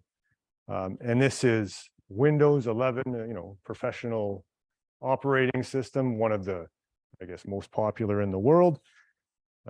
And even these people made mistakes when it came to memory management. So yeah, it seems to be clear now, but yeah, it was a glaring error at the time. So yeah, memory management is not easy. So we're going to talk a lot about, we mentioned the stack, the function call stack and the heap. We're going to talk about them again. We're going to talk about pointers because pointers are basically how we look at memory, or especially if it's on the heap, you need a pointer. Then we'll talk about memory allocation and some strategies for how to not, have memory leaks. And then we'll finish by looking at some dynamic arrays. So we've looked at static arrays so far. We're going to actually look at all types of arrays. So that's where we're going with this. So your operating system, when you run your program, there's four areas of memory. You have your function call stack, you have your heap. So function call stack is, of course, all the local variables associated with your function calls and your stack frames and all sorts of metadata. The heap is where, if I call new, then the memory is allocated on the heap, and then I have to delete it. The data segment contains global member variables, string literals, I believe static variables as well. And the code segment or text segment stores your code, right? And it's basically all in a line in memory. I'm not sure if this model is completely accurate, but if I said what code segment, and also a lot of memory is virtual these days. So I think, and then this is the heap. And the heap will grow out in this direction, and then you get the stack will grow in the opposite direction, right? So then if the stack and the heap ever meet, then you get a stack overflow and your program crashes. Yeah, so that's basically the memory model. We'll talk a little bit about those things. So the code segment contains program instructions, function addresses. So this is your code that's running. The data segment contains persistent global variables, static variables, string literals, things like that.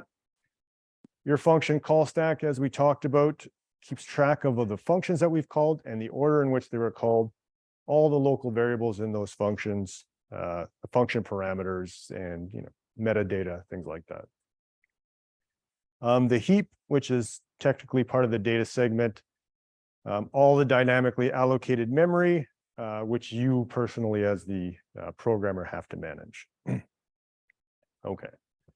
So our function call stack, again, I know I'm sort of coming back to this again and again because I do think it is so important, but a stack in general is a data structure. It's a last in, first out data structure, right? So you can think of it as a stack of dishes. When I put my clean dishes away, I put them on top of the stack. When I need new clean dishes, I take them off the top of the stack. It means the bottom ones don't get used as often as the top ones, but that's fine for that purpose. On a stack, when we add things to the top, we say we are pushing them onto the stack. And when we remove an item from the top, we say we're popping that off the top of the stack. So yeah, the function call stack is a data structure that is a stack to keep track of function calls. When a function is called, we push a stack frame onto the stack, which just basically holds a lot of local information. When it returns, the stack frame is popped off. Basically, we have a pointer, it returns to wherever the last stack frame is. So yeah, local variables contained in the function parameters, the return address of the next instruction in the calling function, etc. The heap is the area of memory used for dynamic allocation. So this means allocation that happens at runtime using the new keyword. Well, I guess technically all allocation happens at runtime, but this specifically happens when we call new. This is memory that has to be managed by the programmer. If you do not call delete at some point, for every new, there has to be a corresponding delete. If you don't have that, it's a memory leak, right? And you lose marks on your assignment, and then eventually you go work for Microsoft and make Windows Explorer, and people use it as an example in the class. All right, statically allocated memory. Again, we talked about this a bunch, but this is memory that is reserved where the variable is declared. It has its own particular syntax. In particular, it doesn't use the new keyword. So where it can be declared on the function call stack inside of a function, or inside another data structure, right? So in a class or a struct or something like that. I guess an array would qualify for that as well. All right, so if although technically we don't declare them like this, we just declare the array and then those are filled in for us. But yeah, so statically allocated members are declared like this, and they are attached to their context, which means that when their context is destroyed, or the stack frame is popped off, or the containing object is destroyed, then that object is deleted for us, right? So we don't have to manage memory of statically allocated variables. Dynamically allocated memory, this is reserved on the heap. And how we know it's dynamic is the new keyword.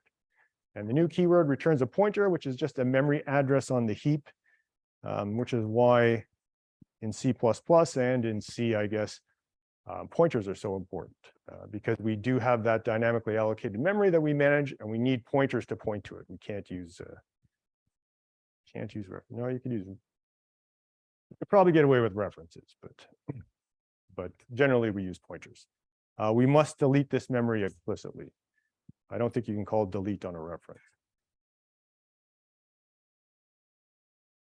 What's that?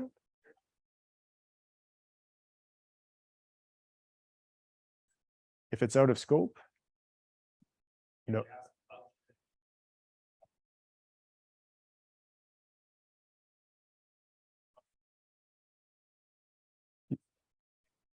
Yeah, yes.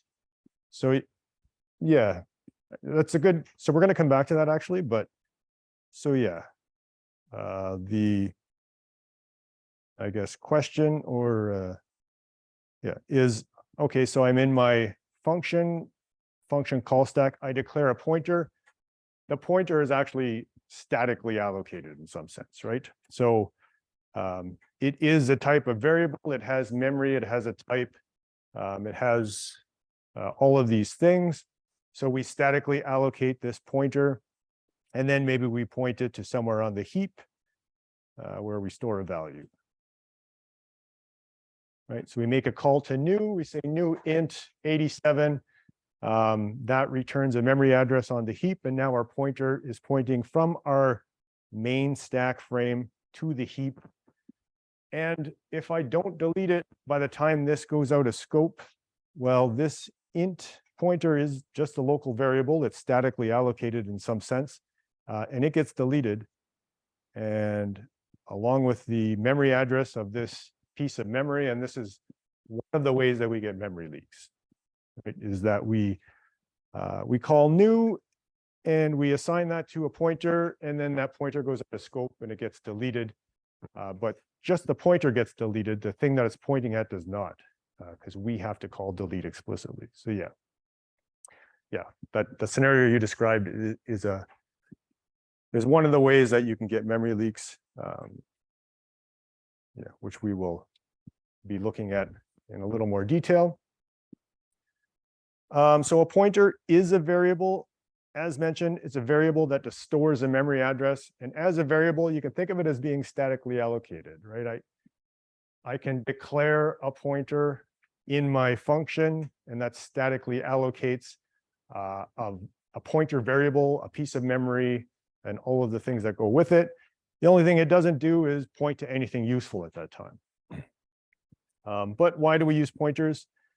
Well, they are small. They have a fixed size, 8 bytes, right? It's if I pass everything by value, well, I can have some very huge objects that cause problems. But I just use memory addresses, and it's always 8 bytes. So it's small fixed size, often smaller than the data it points to. This not the case with primitives, but with most objects it is. So it's much easier to pass a pointer by value than it is an object by value. All right, and they're an easy way to avoid copying data. As we saw when we passed an object by value, copies were made implicitly, right? Even if we don't want them to be made, the compiler makes them for us. So when we pass pointers, we avoid all that. They're also necessary for dynamically allocated memory. When we call new, that returns a pointer, we have to assign it somewhere. We can try and mess around with references and things like that. It's a lot of fun, but generally speaking, we just use pointers. All right, so like all variables, they have a name, they have a type, right? So the type of the data they're pointed to, which, this tells the compiler how to interpret the data. It also allows the compiler to, C++ is strongly typed. It can tell you if you're trying to point to something that you shouldn't be. It has a value. This value is an address in memory, right? So it's 8 bytes, basically. And this address must contain the variable of a type associated with the pointer in order to not get a seg fault, I guess would be more accurate. And pointers, of course, they have their own location in memory, their own memory addresses, so we can have other pointers that point to them.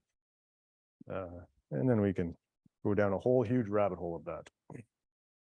All right, so as an example, a small example, we can just pretend these are, hexadecimal. Yeah, I think I even left the appropriate amount of space between each of these memory locations. Normally these would be a lot longer, but we'll just say for the sake of this example, A8, A9, and AA are all locations in memory. At A8 is a character called C, and this character is storing H. So the name of this variable is C. It has a type character. The value is H, and the location is A8.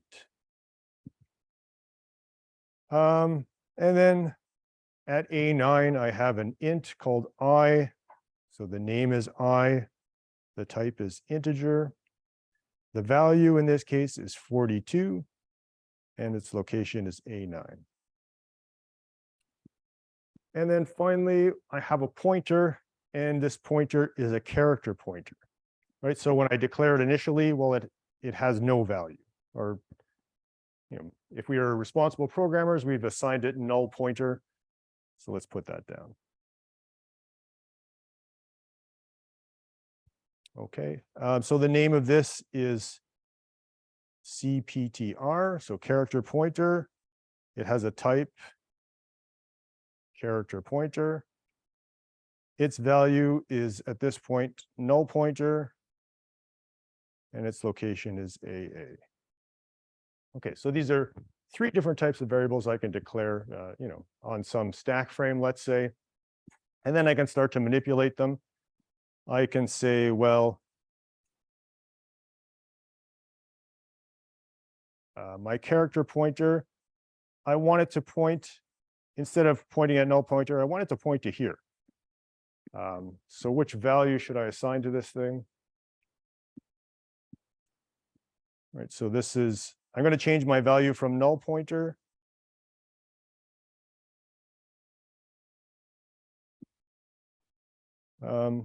But it's a pointer, so it has to contain a memory address, right? The value of my pointer has to be a memory address. So I'm going to, instead of giving it H directly, I'm going to give it the value A8. Right, so C pointer equals, I'm going to use the address of C. If you, that's ampersand, I suppose. But yeah, so this is the address of operator. So if I write this line of code and it gets executed, now my character pointer now points to the value A8. Okay. So I've assigned it a value, and now if I want to access that value, I can do something like cout. Well, I could do this. If I did this, some weird stuff's going to happen. But let's pretend weird stuff wouldn't happen. let's pretend that this actually would print out the value in my character pointer. So if I did this, this would actually print to the screen the memory address. That's not what happens, but in a perfect world, that would be what happens. It actually interprets it as an array when you do it. It interprets this as a character array. So yeah, if you did this with an int pointer, it would work as requested. It would put a memory address. So if I actually want to access the value there, I'm going to use this dereference operator. So if I do this, well, what happens is, it's a character pointer. I dereferencing, which means that this operator, I'm saying, go to the memory address that's stored in this variable and return the value that you find there. So it's going to go to A8, which is here. It's going to look at the value here, H. So then this H gets printed to the screen, right? So the dereference operator means the value of my pointer is always a memory address. When I add the dereference, I'm saying follow the memory address and give me back whatever you find there. All right, so that's in some sense how pointers work. Any questions? Yeah.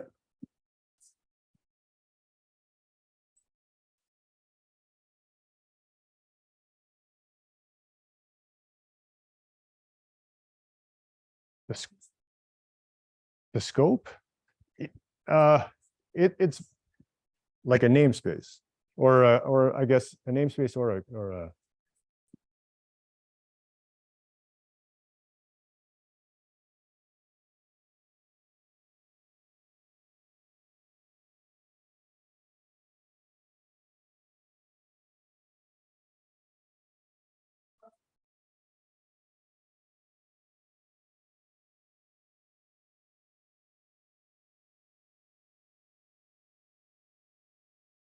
That's correct. Yes. Yes, exactly. Yeah. So when I statically allocate something, it has, we'll call it a context. That may not be the actual word, but it has a context, which means it has in some sense, container. If I allocate it on the heap, it has no context. All I have is a memory address, and hopefully I remember to save it. So yeah, statically allocated has a context. When that context is destroyed, that object is destroyed. The heap doesn't get destroyed until the end of your program stops running. Yeah. Other questions? Okay. All right. So in a 64-bit architecture, pointers are 8 bytes of memory. They're 64 bits. That's the size of your address bus. Pointers can point to a variable of any data type, but of course, it's strongly typed, so we are restricted to one type. And any size, right? It doesn't matter. It can be an array of 1 billion items, or it can be a float. So when we pass a variable into a function by copying a pointer, we're copying 8 bytes of data, and irrespective of what sort of object we're pointing to. Yes, I have to.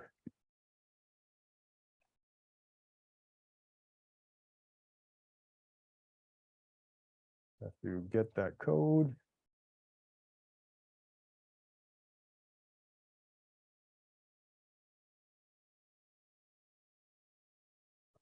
So,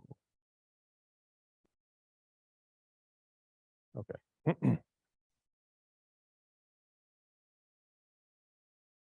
And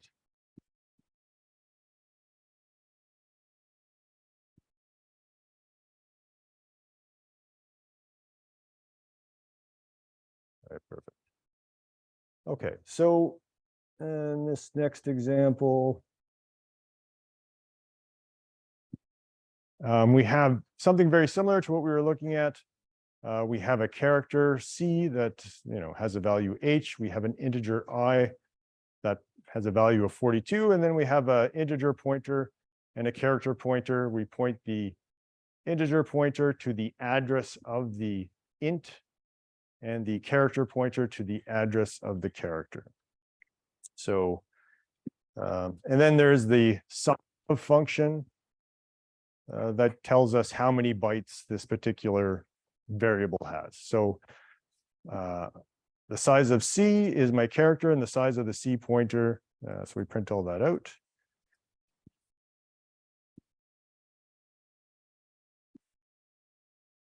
So the size of C is 1 byte. The size of the character pointer is 8 bytes. So, for primitives, is not really much of an advantage to using pointers in terms of how much size we're going to save. Although basically, anything 8 bytes or less that you're copying is going to be 1 move across the address bus, at least as far as I know, unless things have changed. My integer has 4 bytes, right? 32 bits, and the pointer itself 8 bytes. So if I look at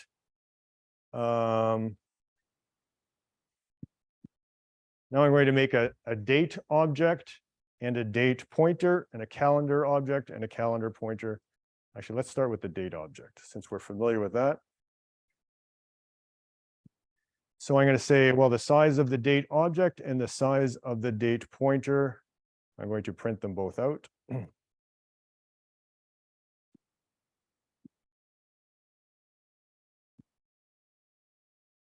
So the date object has 12 bytes and the date pointer has 8 bytes.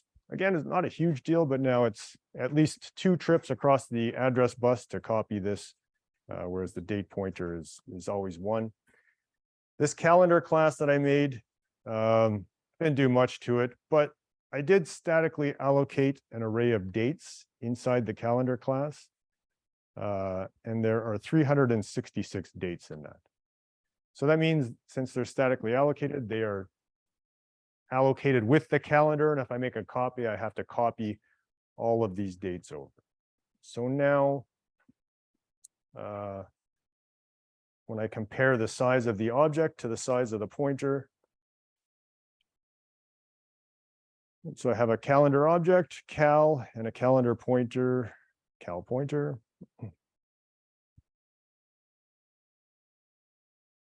Yeah, so my calendar is 4,392 bytes, whereas the calendar pointer is only 8, right? So passing things by reference using either pointers or references, especially objects, is a lot more efficient.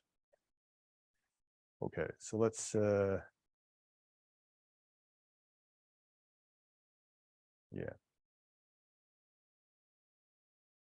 All right, so there's a couple interesting things we can do here. Of course, our pointer we can use to actually change the value of I since it's pointing to that memory location. If I dereference it, again, what I'm saying is that go to the memory location that you have stored and grab me whatever is there. So what it's going to grab is this variable I, and then I'm going to assign that memory location the value 99 instead of whatever it happened to be before. So yeah, new value for I is 99, and for I pointer dereferenced is also 99. So I can point the pointer at a local variable and change the values. Should be nothing too crazy about that idea. This is sort of a little bit of an aside. It does become relevant because I am going to ask you to use double pointers at some point. But so here I declared a double pointer, and a double pointer doesn't point at an int, right? So this is the int double pointer. It points at the address of a pointer to an int, and that's the only thing it can point to.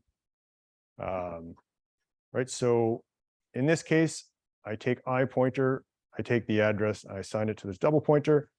I can then declare a triple pointer. A triple pointer can only point to the address of a double pointer, right? So it's easy to think that if I, for instance, so I declare a pointer in here, all right.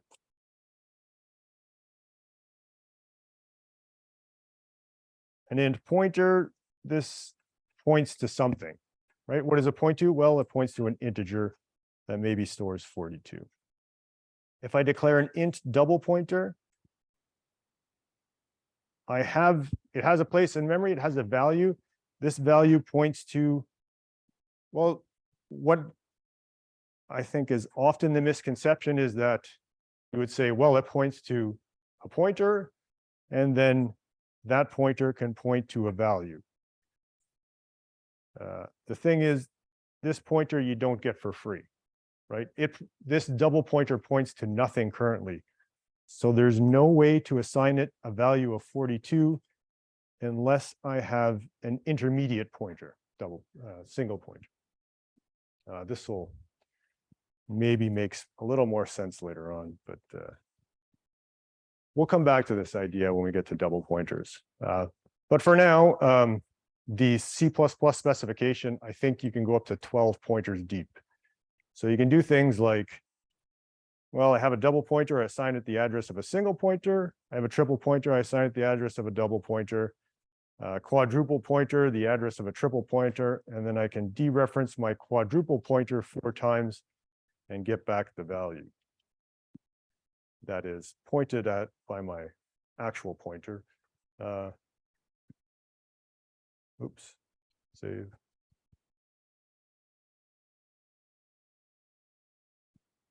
Yeah. So I dereference it 4 times and I travel through all those other pointers and get back my actual original value of 99. I won't ask you to do all of this. I will ask you to do this double pointer stuff, but any questions?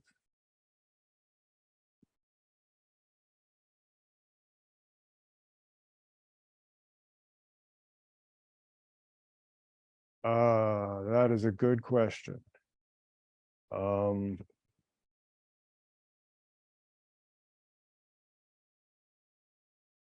There might be a way to do that. I would have to play with it first. It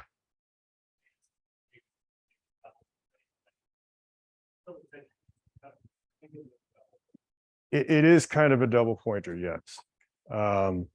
Again, I would have to fiddle with it to get the exact syntax. I'm not sure. I know I did write an application at one point where I used raw arrays. I used a raw double array, and I thought, whatever, I won't make any mistakes. And I had so many errors. I wrapped it. I ended up wrapping it in a class that did some bounds checking for me. Yeah, so it's not an easy problem, but it is. I'm sure there's something you can do there. I'm just not sure the exact syntax. Yeah.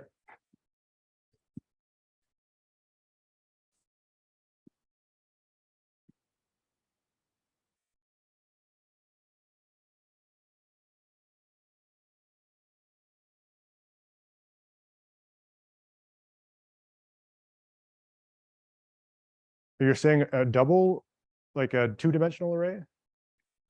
It's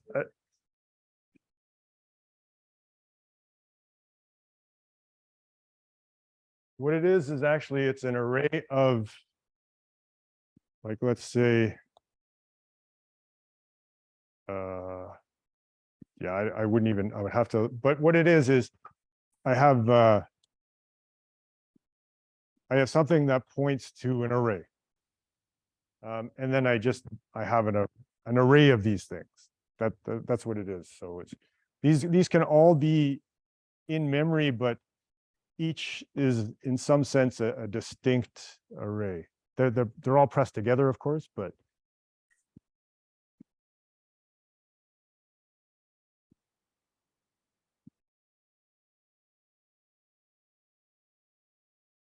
I don't even think it does anything fancy. I could be wrong though. You might be right. But I think because it is strongly typed that this actually, I mean, I have to be able to, assign this to something, to a different variable. But maybe it might be optimized. You might be right. I don't know. But I know that, these are all strongly typed, right? So this is an array of something. So is this, and this whole thing is an array of arrays, essentially. Yeah. And if you try and violate the type safety, the compiler will complain. But there's a lot of tricks you could do. The thing, again, my experience was that I thought, oh, this would be easy. I'll try it out, and it was way hard. I made so many mistakes that I made a wrapper class that did everything for me and told me when I went out of bounds and things like that. Yeah, it's an interesting question, but other questions? All right.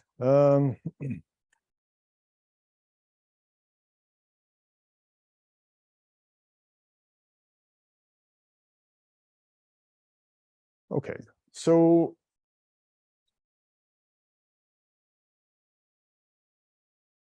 yes, so declaring a pointer is the same as any other variable declaration.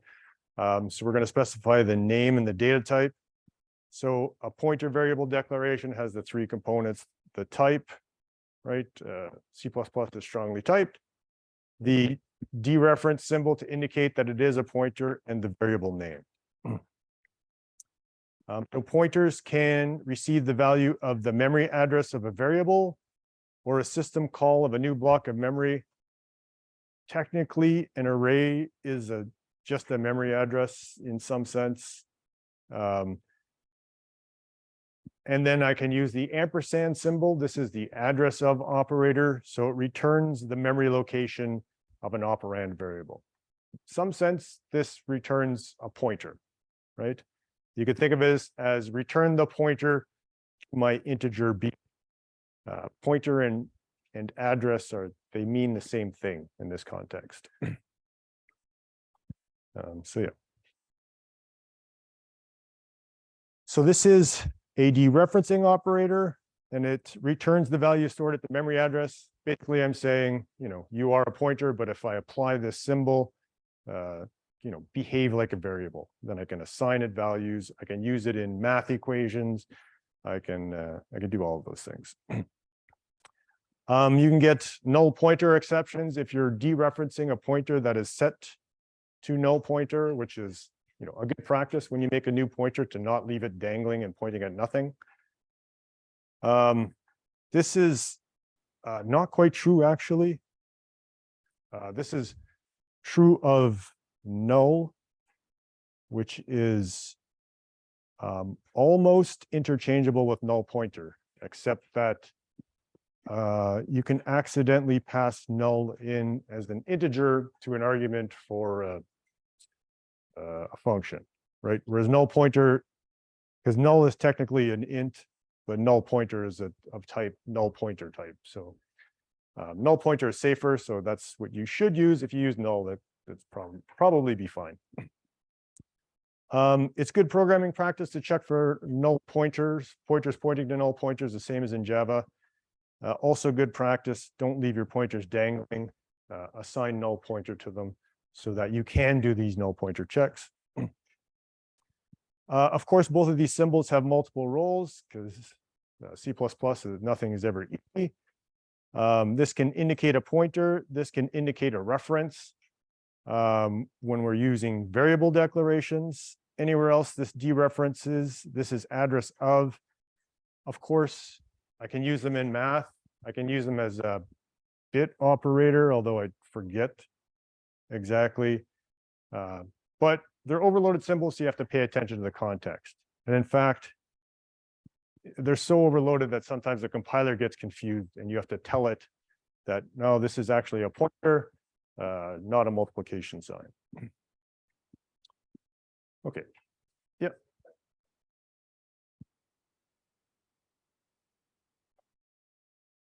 You use, so we're going to come on, this is a while ahead, but you use type name.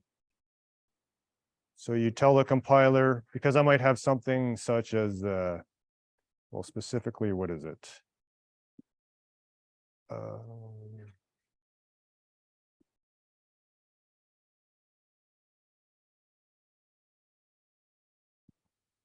I'm trying to remember the exact thing, but what happens is that this is, I'm assigning a value to a pointer, or maybe I'm saying times equals, right? And sometimes when I'm using templates, the compiler can't tell the difference because it's a template. This. Yeah, so I use this, I say type name, this is actually a pointer, not a math equation. And then, yeah. We will actually see an example of that when we get to templates. Yeah, other questions? All right. So pass by value, this makes copies of the values of the variables, can be very inefficient, but perfectly fine for primitives. Does not use the variable's address, simply copies in those values. When we pass by reference, we have two options. We can use references or we can use pointers. Right? Java does pass by reference, except for primitives, which are passed by value. You have no choice in that. Essentially, Java is if we used only references with C++.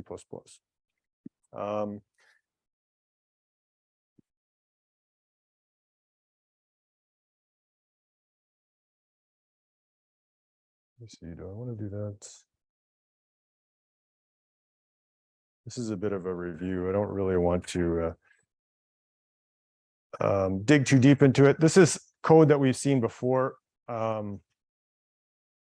I do want to, I guess, re-emphasize. So I have two double num functions, one that passes an integer as a reference and one that passes it as a pointer. These are both ways to pass something by reference.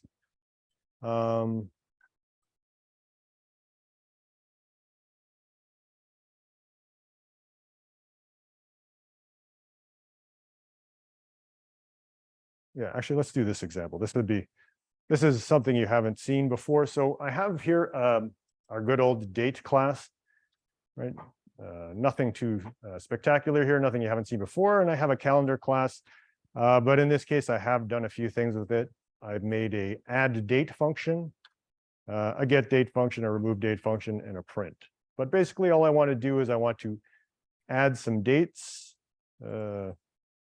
So in this case, my add date function, I say, I should actually, okay. So if num dates is greater than or equal to max array, then I return false, the calendar is full. Otherwise, I'm going to say dates. Right, so I've declared here a statically allocated array of pointers, which means that right now they're pointing to nothing. So when I add a date, I'm going to make a new date and I'm going to put it in the next available location of this pointer. So this dates, and I keep track of the number of dates. So I'm just going to add it to the back. So new date, year, month, day. All right, so we're not going to do anything too fancy with this class. I'm just going to say, well, maybe I add a date to my calendar. Maybe I have some event on that date. So I want to keep track of it. Ideally, I would modify this date class to take, a string describing the event, which, I won't do here. Okay, so I define an add date, and then I have a get date, which I won't implement. Get and remove, I won't implement. I'm just going to implement the print. So these are all we will need for this example. So my print, I'm just going to iterate over this array.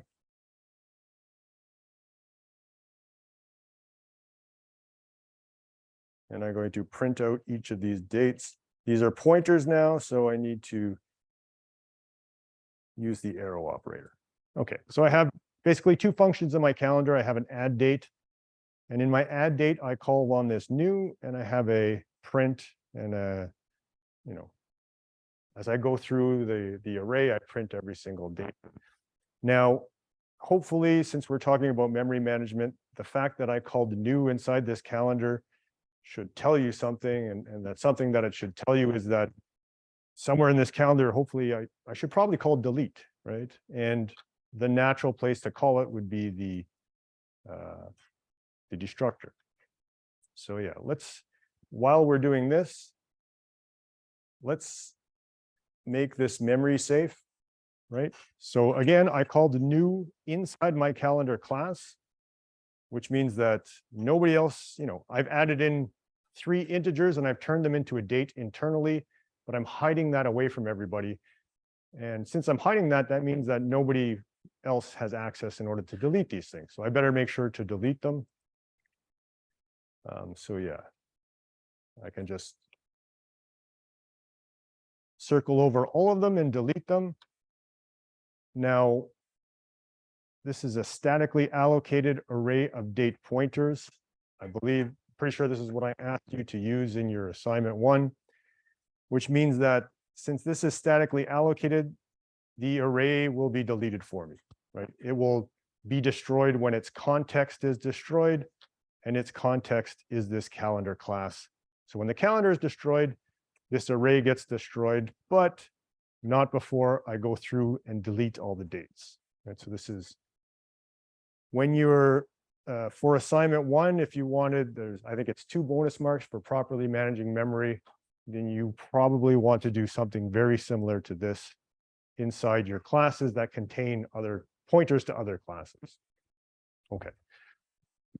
Yeah, questions on that? All right. So then we have a main function and we have an add date where we pass a calendar by reference. And we have 2 print calendar functions where we pass a calendar by reference and by pointer. And all we're going to do is we're going to add some dates.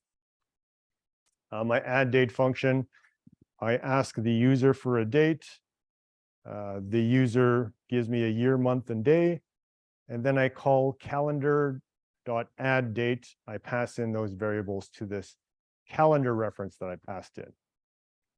And then when I print it, I just call calendar.print. So I'm forwarding, in some sense, I don't really need these functions, but so I'm going to make a calendar.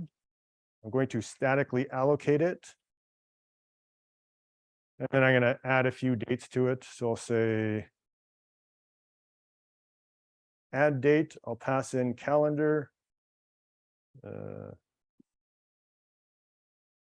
put 2 dates, and then I will print calendar. Cal. Okay, and each time these add dates are passing by reference, this print calendar is passing by reference. So what should happen is I'm making changes to the calendar class inside this function. And then, I'm actually making changes to the calendar that resides in this stack frame. So when I print it, I should see those changes. So let's try that.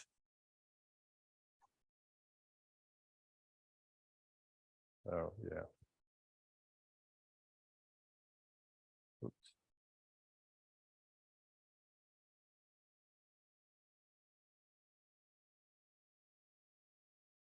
I think my makefile is, I have the wrong makefile. Or no, I just have too much stuff in here.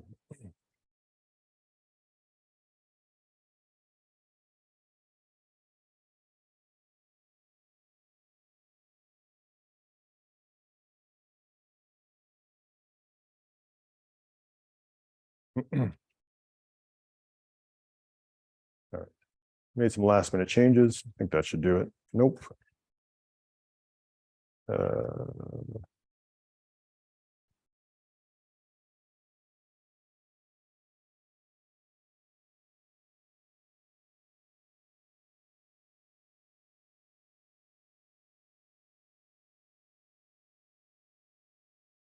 Yeah, that's what happens when you make last minute changes. 06.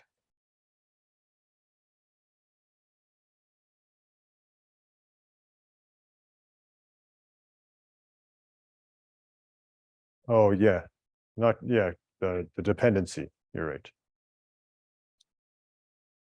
Yes, calendar .o and date .o. Yes, so that is a you forgot to link your objects error. Yeah, thanks. All right, so I have my calendars and date class. There should be properly linked now. I got some warnings because I didn't finish all of the functions, but it's going to let me proceed. Enter a date, was it 2023?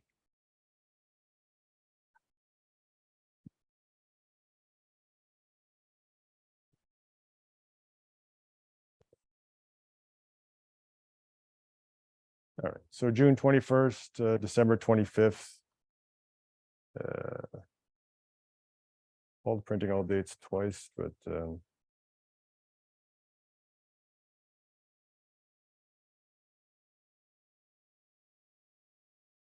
all right, that's weird, but yeah, so the point is that when I passed by reference, I was able to make changes to the calendar class in the add date function.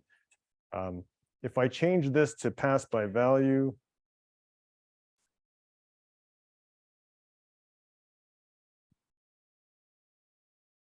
then of course, what do we expect to have happen then? So well, let's see. Actually,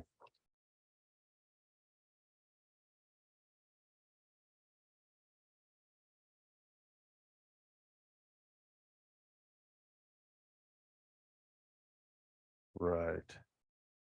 All right, so some very bad stuff happened.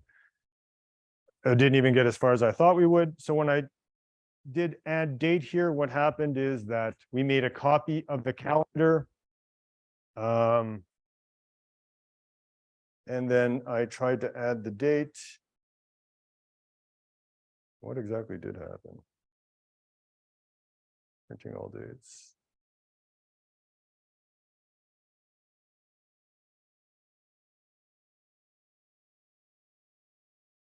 Well, what happened is that the date got deleted. So as soon as we tried to exit, because we had our calendar, we nicely have this destructor.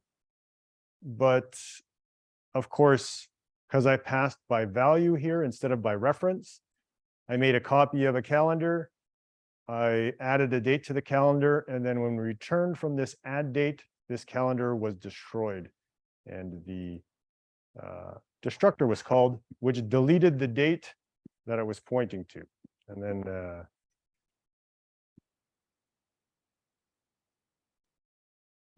I don't know, some weird stuff happened. You know what happened? Right. So yeah, that is to say, pass by reference. Not only do we get a cheaper way to pass an object, but we don't, I mean, this is one of the things when you pass by value by mistake, that can happen, especially when you're using data structures. For whatever reason, that's where I notice it the most. But when you pass by value, weird things can happen because now you're calling the destructor. Maybe you have some shared memory with this object. And yeah. Yes, very common student mistake. When I pass in a data structure to have you update it by adding things to it, you pass by value instead of by reference, and then yeah. All right, questions? Pass by reference. The other thing is, of course, I can call print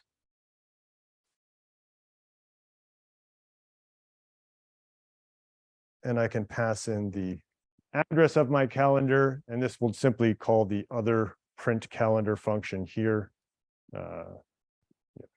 So that's it. Pass by reference. It's a little bit of a review, but I'm just sort of yeah.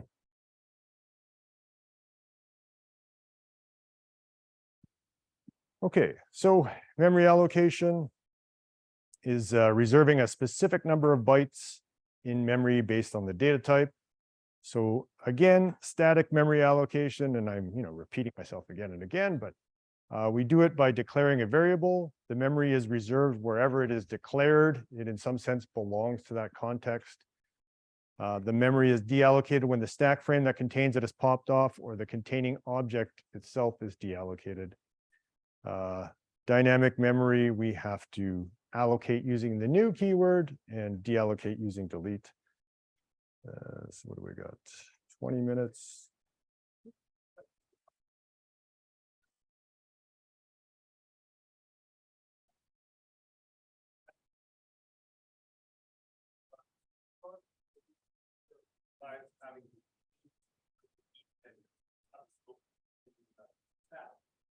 Is there actually a difference physically on the hardware things that are Yeah.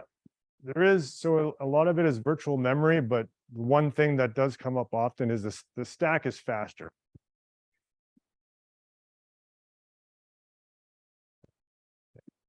Yeah, so the stack is faster.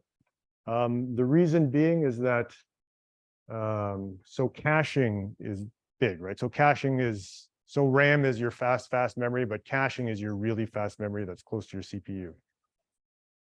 Yeah, it's like, so, I mean, you're talking very, very small improvements, but over time, it adds up. So cache misses are a big deal. So by cache, I have my CPU, I have a small piece of memory very, very close, that I can store. And I basically, every time I need memory from my RAM, which is much bigger, if I don't find it here, I go to here and I just grab a huge chunk and I grab whatever I need plus a bunch of stuff.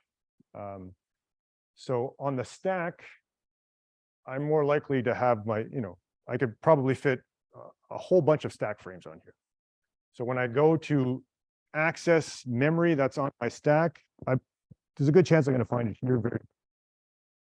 My heap, because it's disorganized, sometimes I delete things from the middle. And so what happens is you get a lot more cache misses, right? So heap, maybe I have an int that's stored here and there's some stuff beside it. Some of it's empty. I grab everything, I put it in the cache, and then I go to look for something else on the heap and it's not here.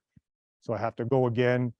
Now I have to go again to my RAM where the heap is stored and bring it back. So the heap is slower to allocate and deallocate, because allocating memory is slow, but also just finding the thing is, this is, in our memory model, we almost always ignore the cache, but in actual fact, it does matter.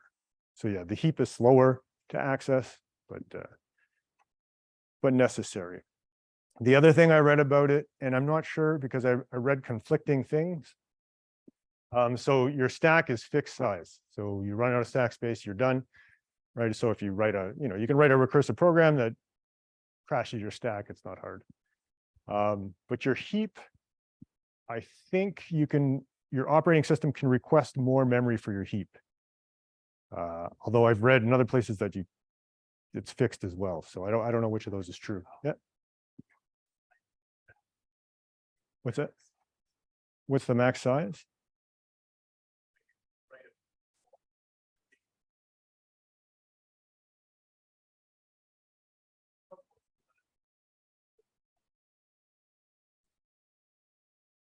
Yeah, I mean, now we're getting into some weird, because a lot of it is virtual memory as well, right? You can run out of memory.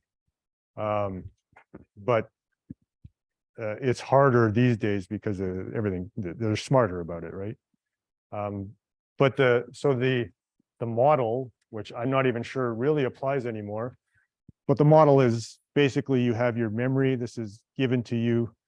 And on one side you have a heap and that grows out there. And the other side you have a stack. And that's not quite exact. This is an old model, but that's sort of what happens.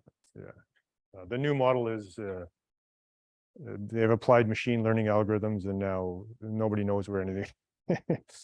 I mean, yeah.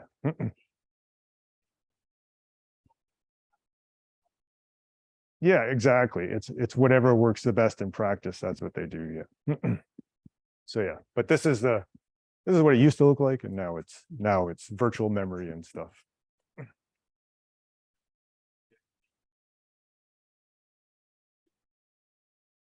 Yeah.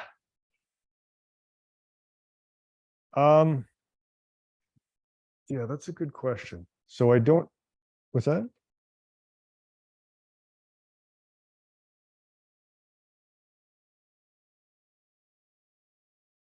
Yeah. Essentially a table lookup, but I don't know, I'm not sure what exactly it accomplishes other than, I don't know, maybe sometimes the operating system moves things around in the background to optimize. And then according to your program, it still thinks everything's in the same place, right? That might, but I don't know. I would have to look that up.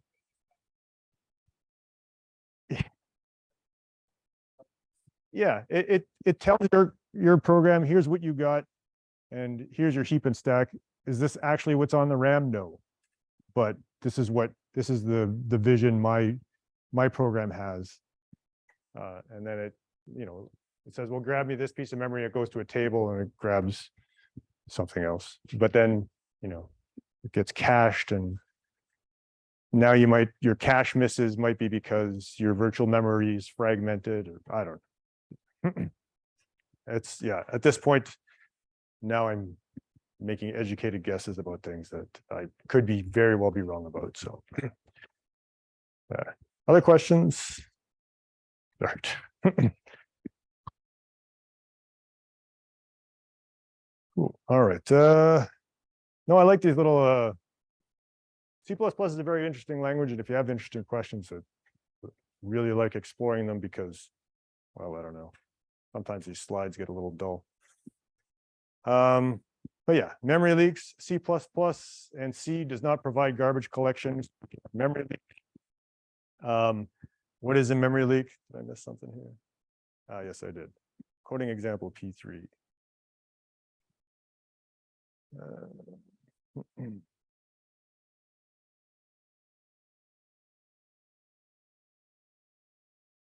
Well, yeah. I don't think there's anything. A lot of these examples are sort of repetitive. So we had talked about static allocation and dynamic allocation. I think we've sort of beat those subjects to death, but if you're not tired of them by now, we statically allocate an integer here, and then we have an integer pointer, and we can assign that pointer some piece of memory on the heap. And then we can assign it values the same as we would anything else. Right, so that's, let's just run it just for fun. I'm not always precisely sure what material you guys are comfortable with, and P3.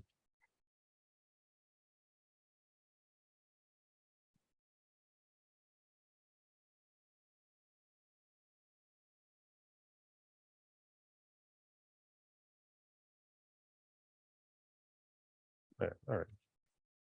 Here. Okay.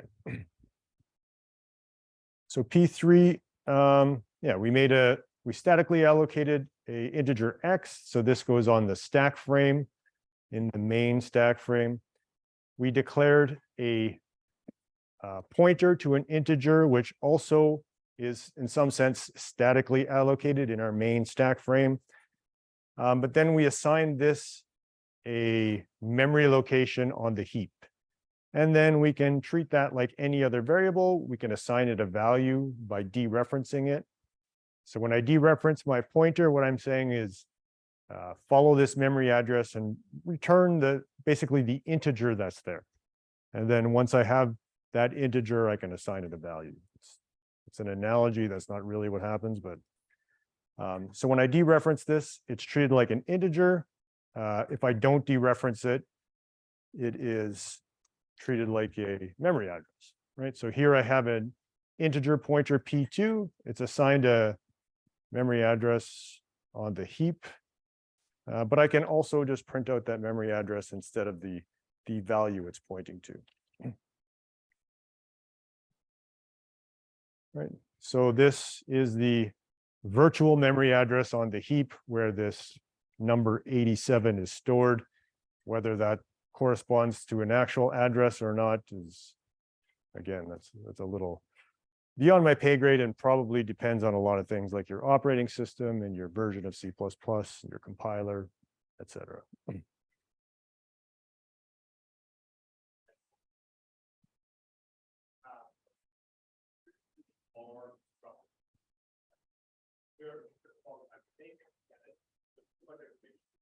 But you want to operate on the structure of the data. Is that really when you can pointer to that structure and access what you want? You have passing that pointer around the same time instead of taking the whole object, moving that around. Oh, definitely, yeah.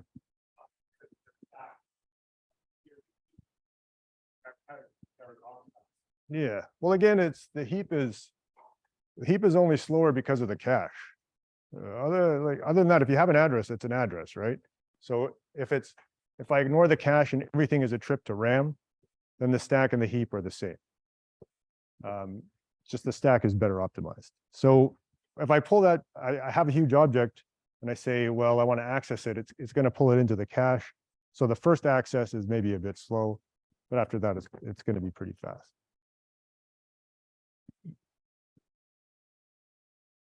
Right. Yeah. That is very true.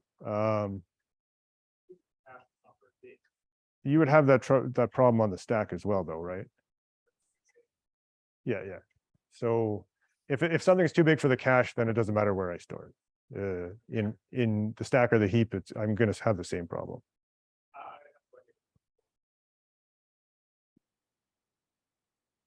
Yeah, I would have to look up I like how big a cache is per se.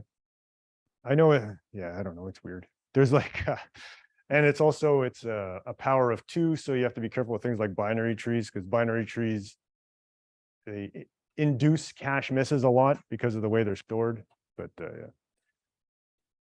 yeah, again, that's I like getting off topic a little bit sometimes because, well, I don't know, it's 3 hours and might as well talk about whatever we find interesting, but we'll get to that.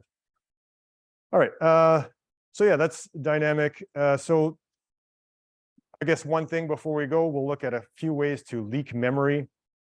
So the classic is memory leak. So I call this memory leak function, right? So, one way to do it is to introduce a new int, and then I never call delete, and this returns 0, and then that's a memory leak. Of course, the other way to get a memory leak, which is very, very similar, is I call another function called memory leak. In it, I dynamically allocate some memory for whatever reason, and then I never delete it. When I return from memory leak, the address, the pointer, the address to this int is gone, right? I can never get that back. That is erased. Not yet. This is Valgrind we're getting to at this point. Okay, so yeah. So this is technically a memory leak. I've dynamically allocated this on the heap. I return from this and I've lost this pointer. This pointer gets deleted. So this is technically a memory leak, and Valgrind will show that to us.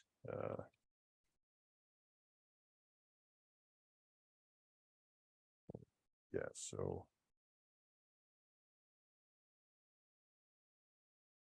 E3 V2. Yeah. Okay. So if you haven't run Valgrind yet, this is sort of how you would do it. You simply, write the command Valgrind, and then you write whatever you would have used to call your program. It runs it, and it keeps track of things like how many allocs and how many frees. In this case, I definitely lost 4 bytes in one block. Of course, 4 bytes is 1 integer. So that was left on the heap, definitely lost because I lost the address to it. So yeah, and if I don't call this, if I instead make and delete a pointer, then I should have no memory leaks. Yeah, all heap blocks were freed, no leaks are possible. So it saw that I allocated one here, but it also saw that I deleted it. So yeah. So next class, we will talk some more about memory management. How much do we have left? We got a little bit left. So yeah, that's it for today. You do have an assignment due this weekend. I have my office hours on Wednesday. You also have, of course, tutorial on Wednesday night. So yeah, I'll see you guys next week or later this week, perhaps.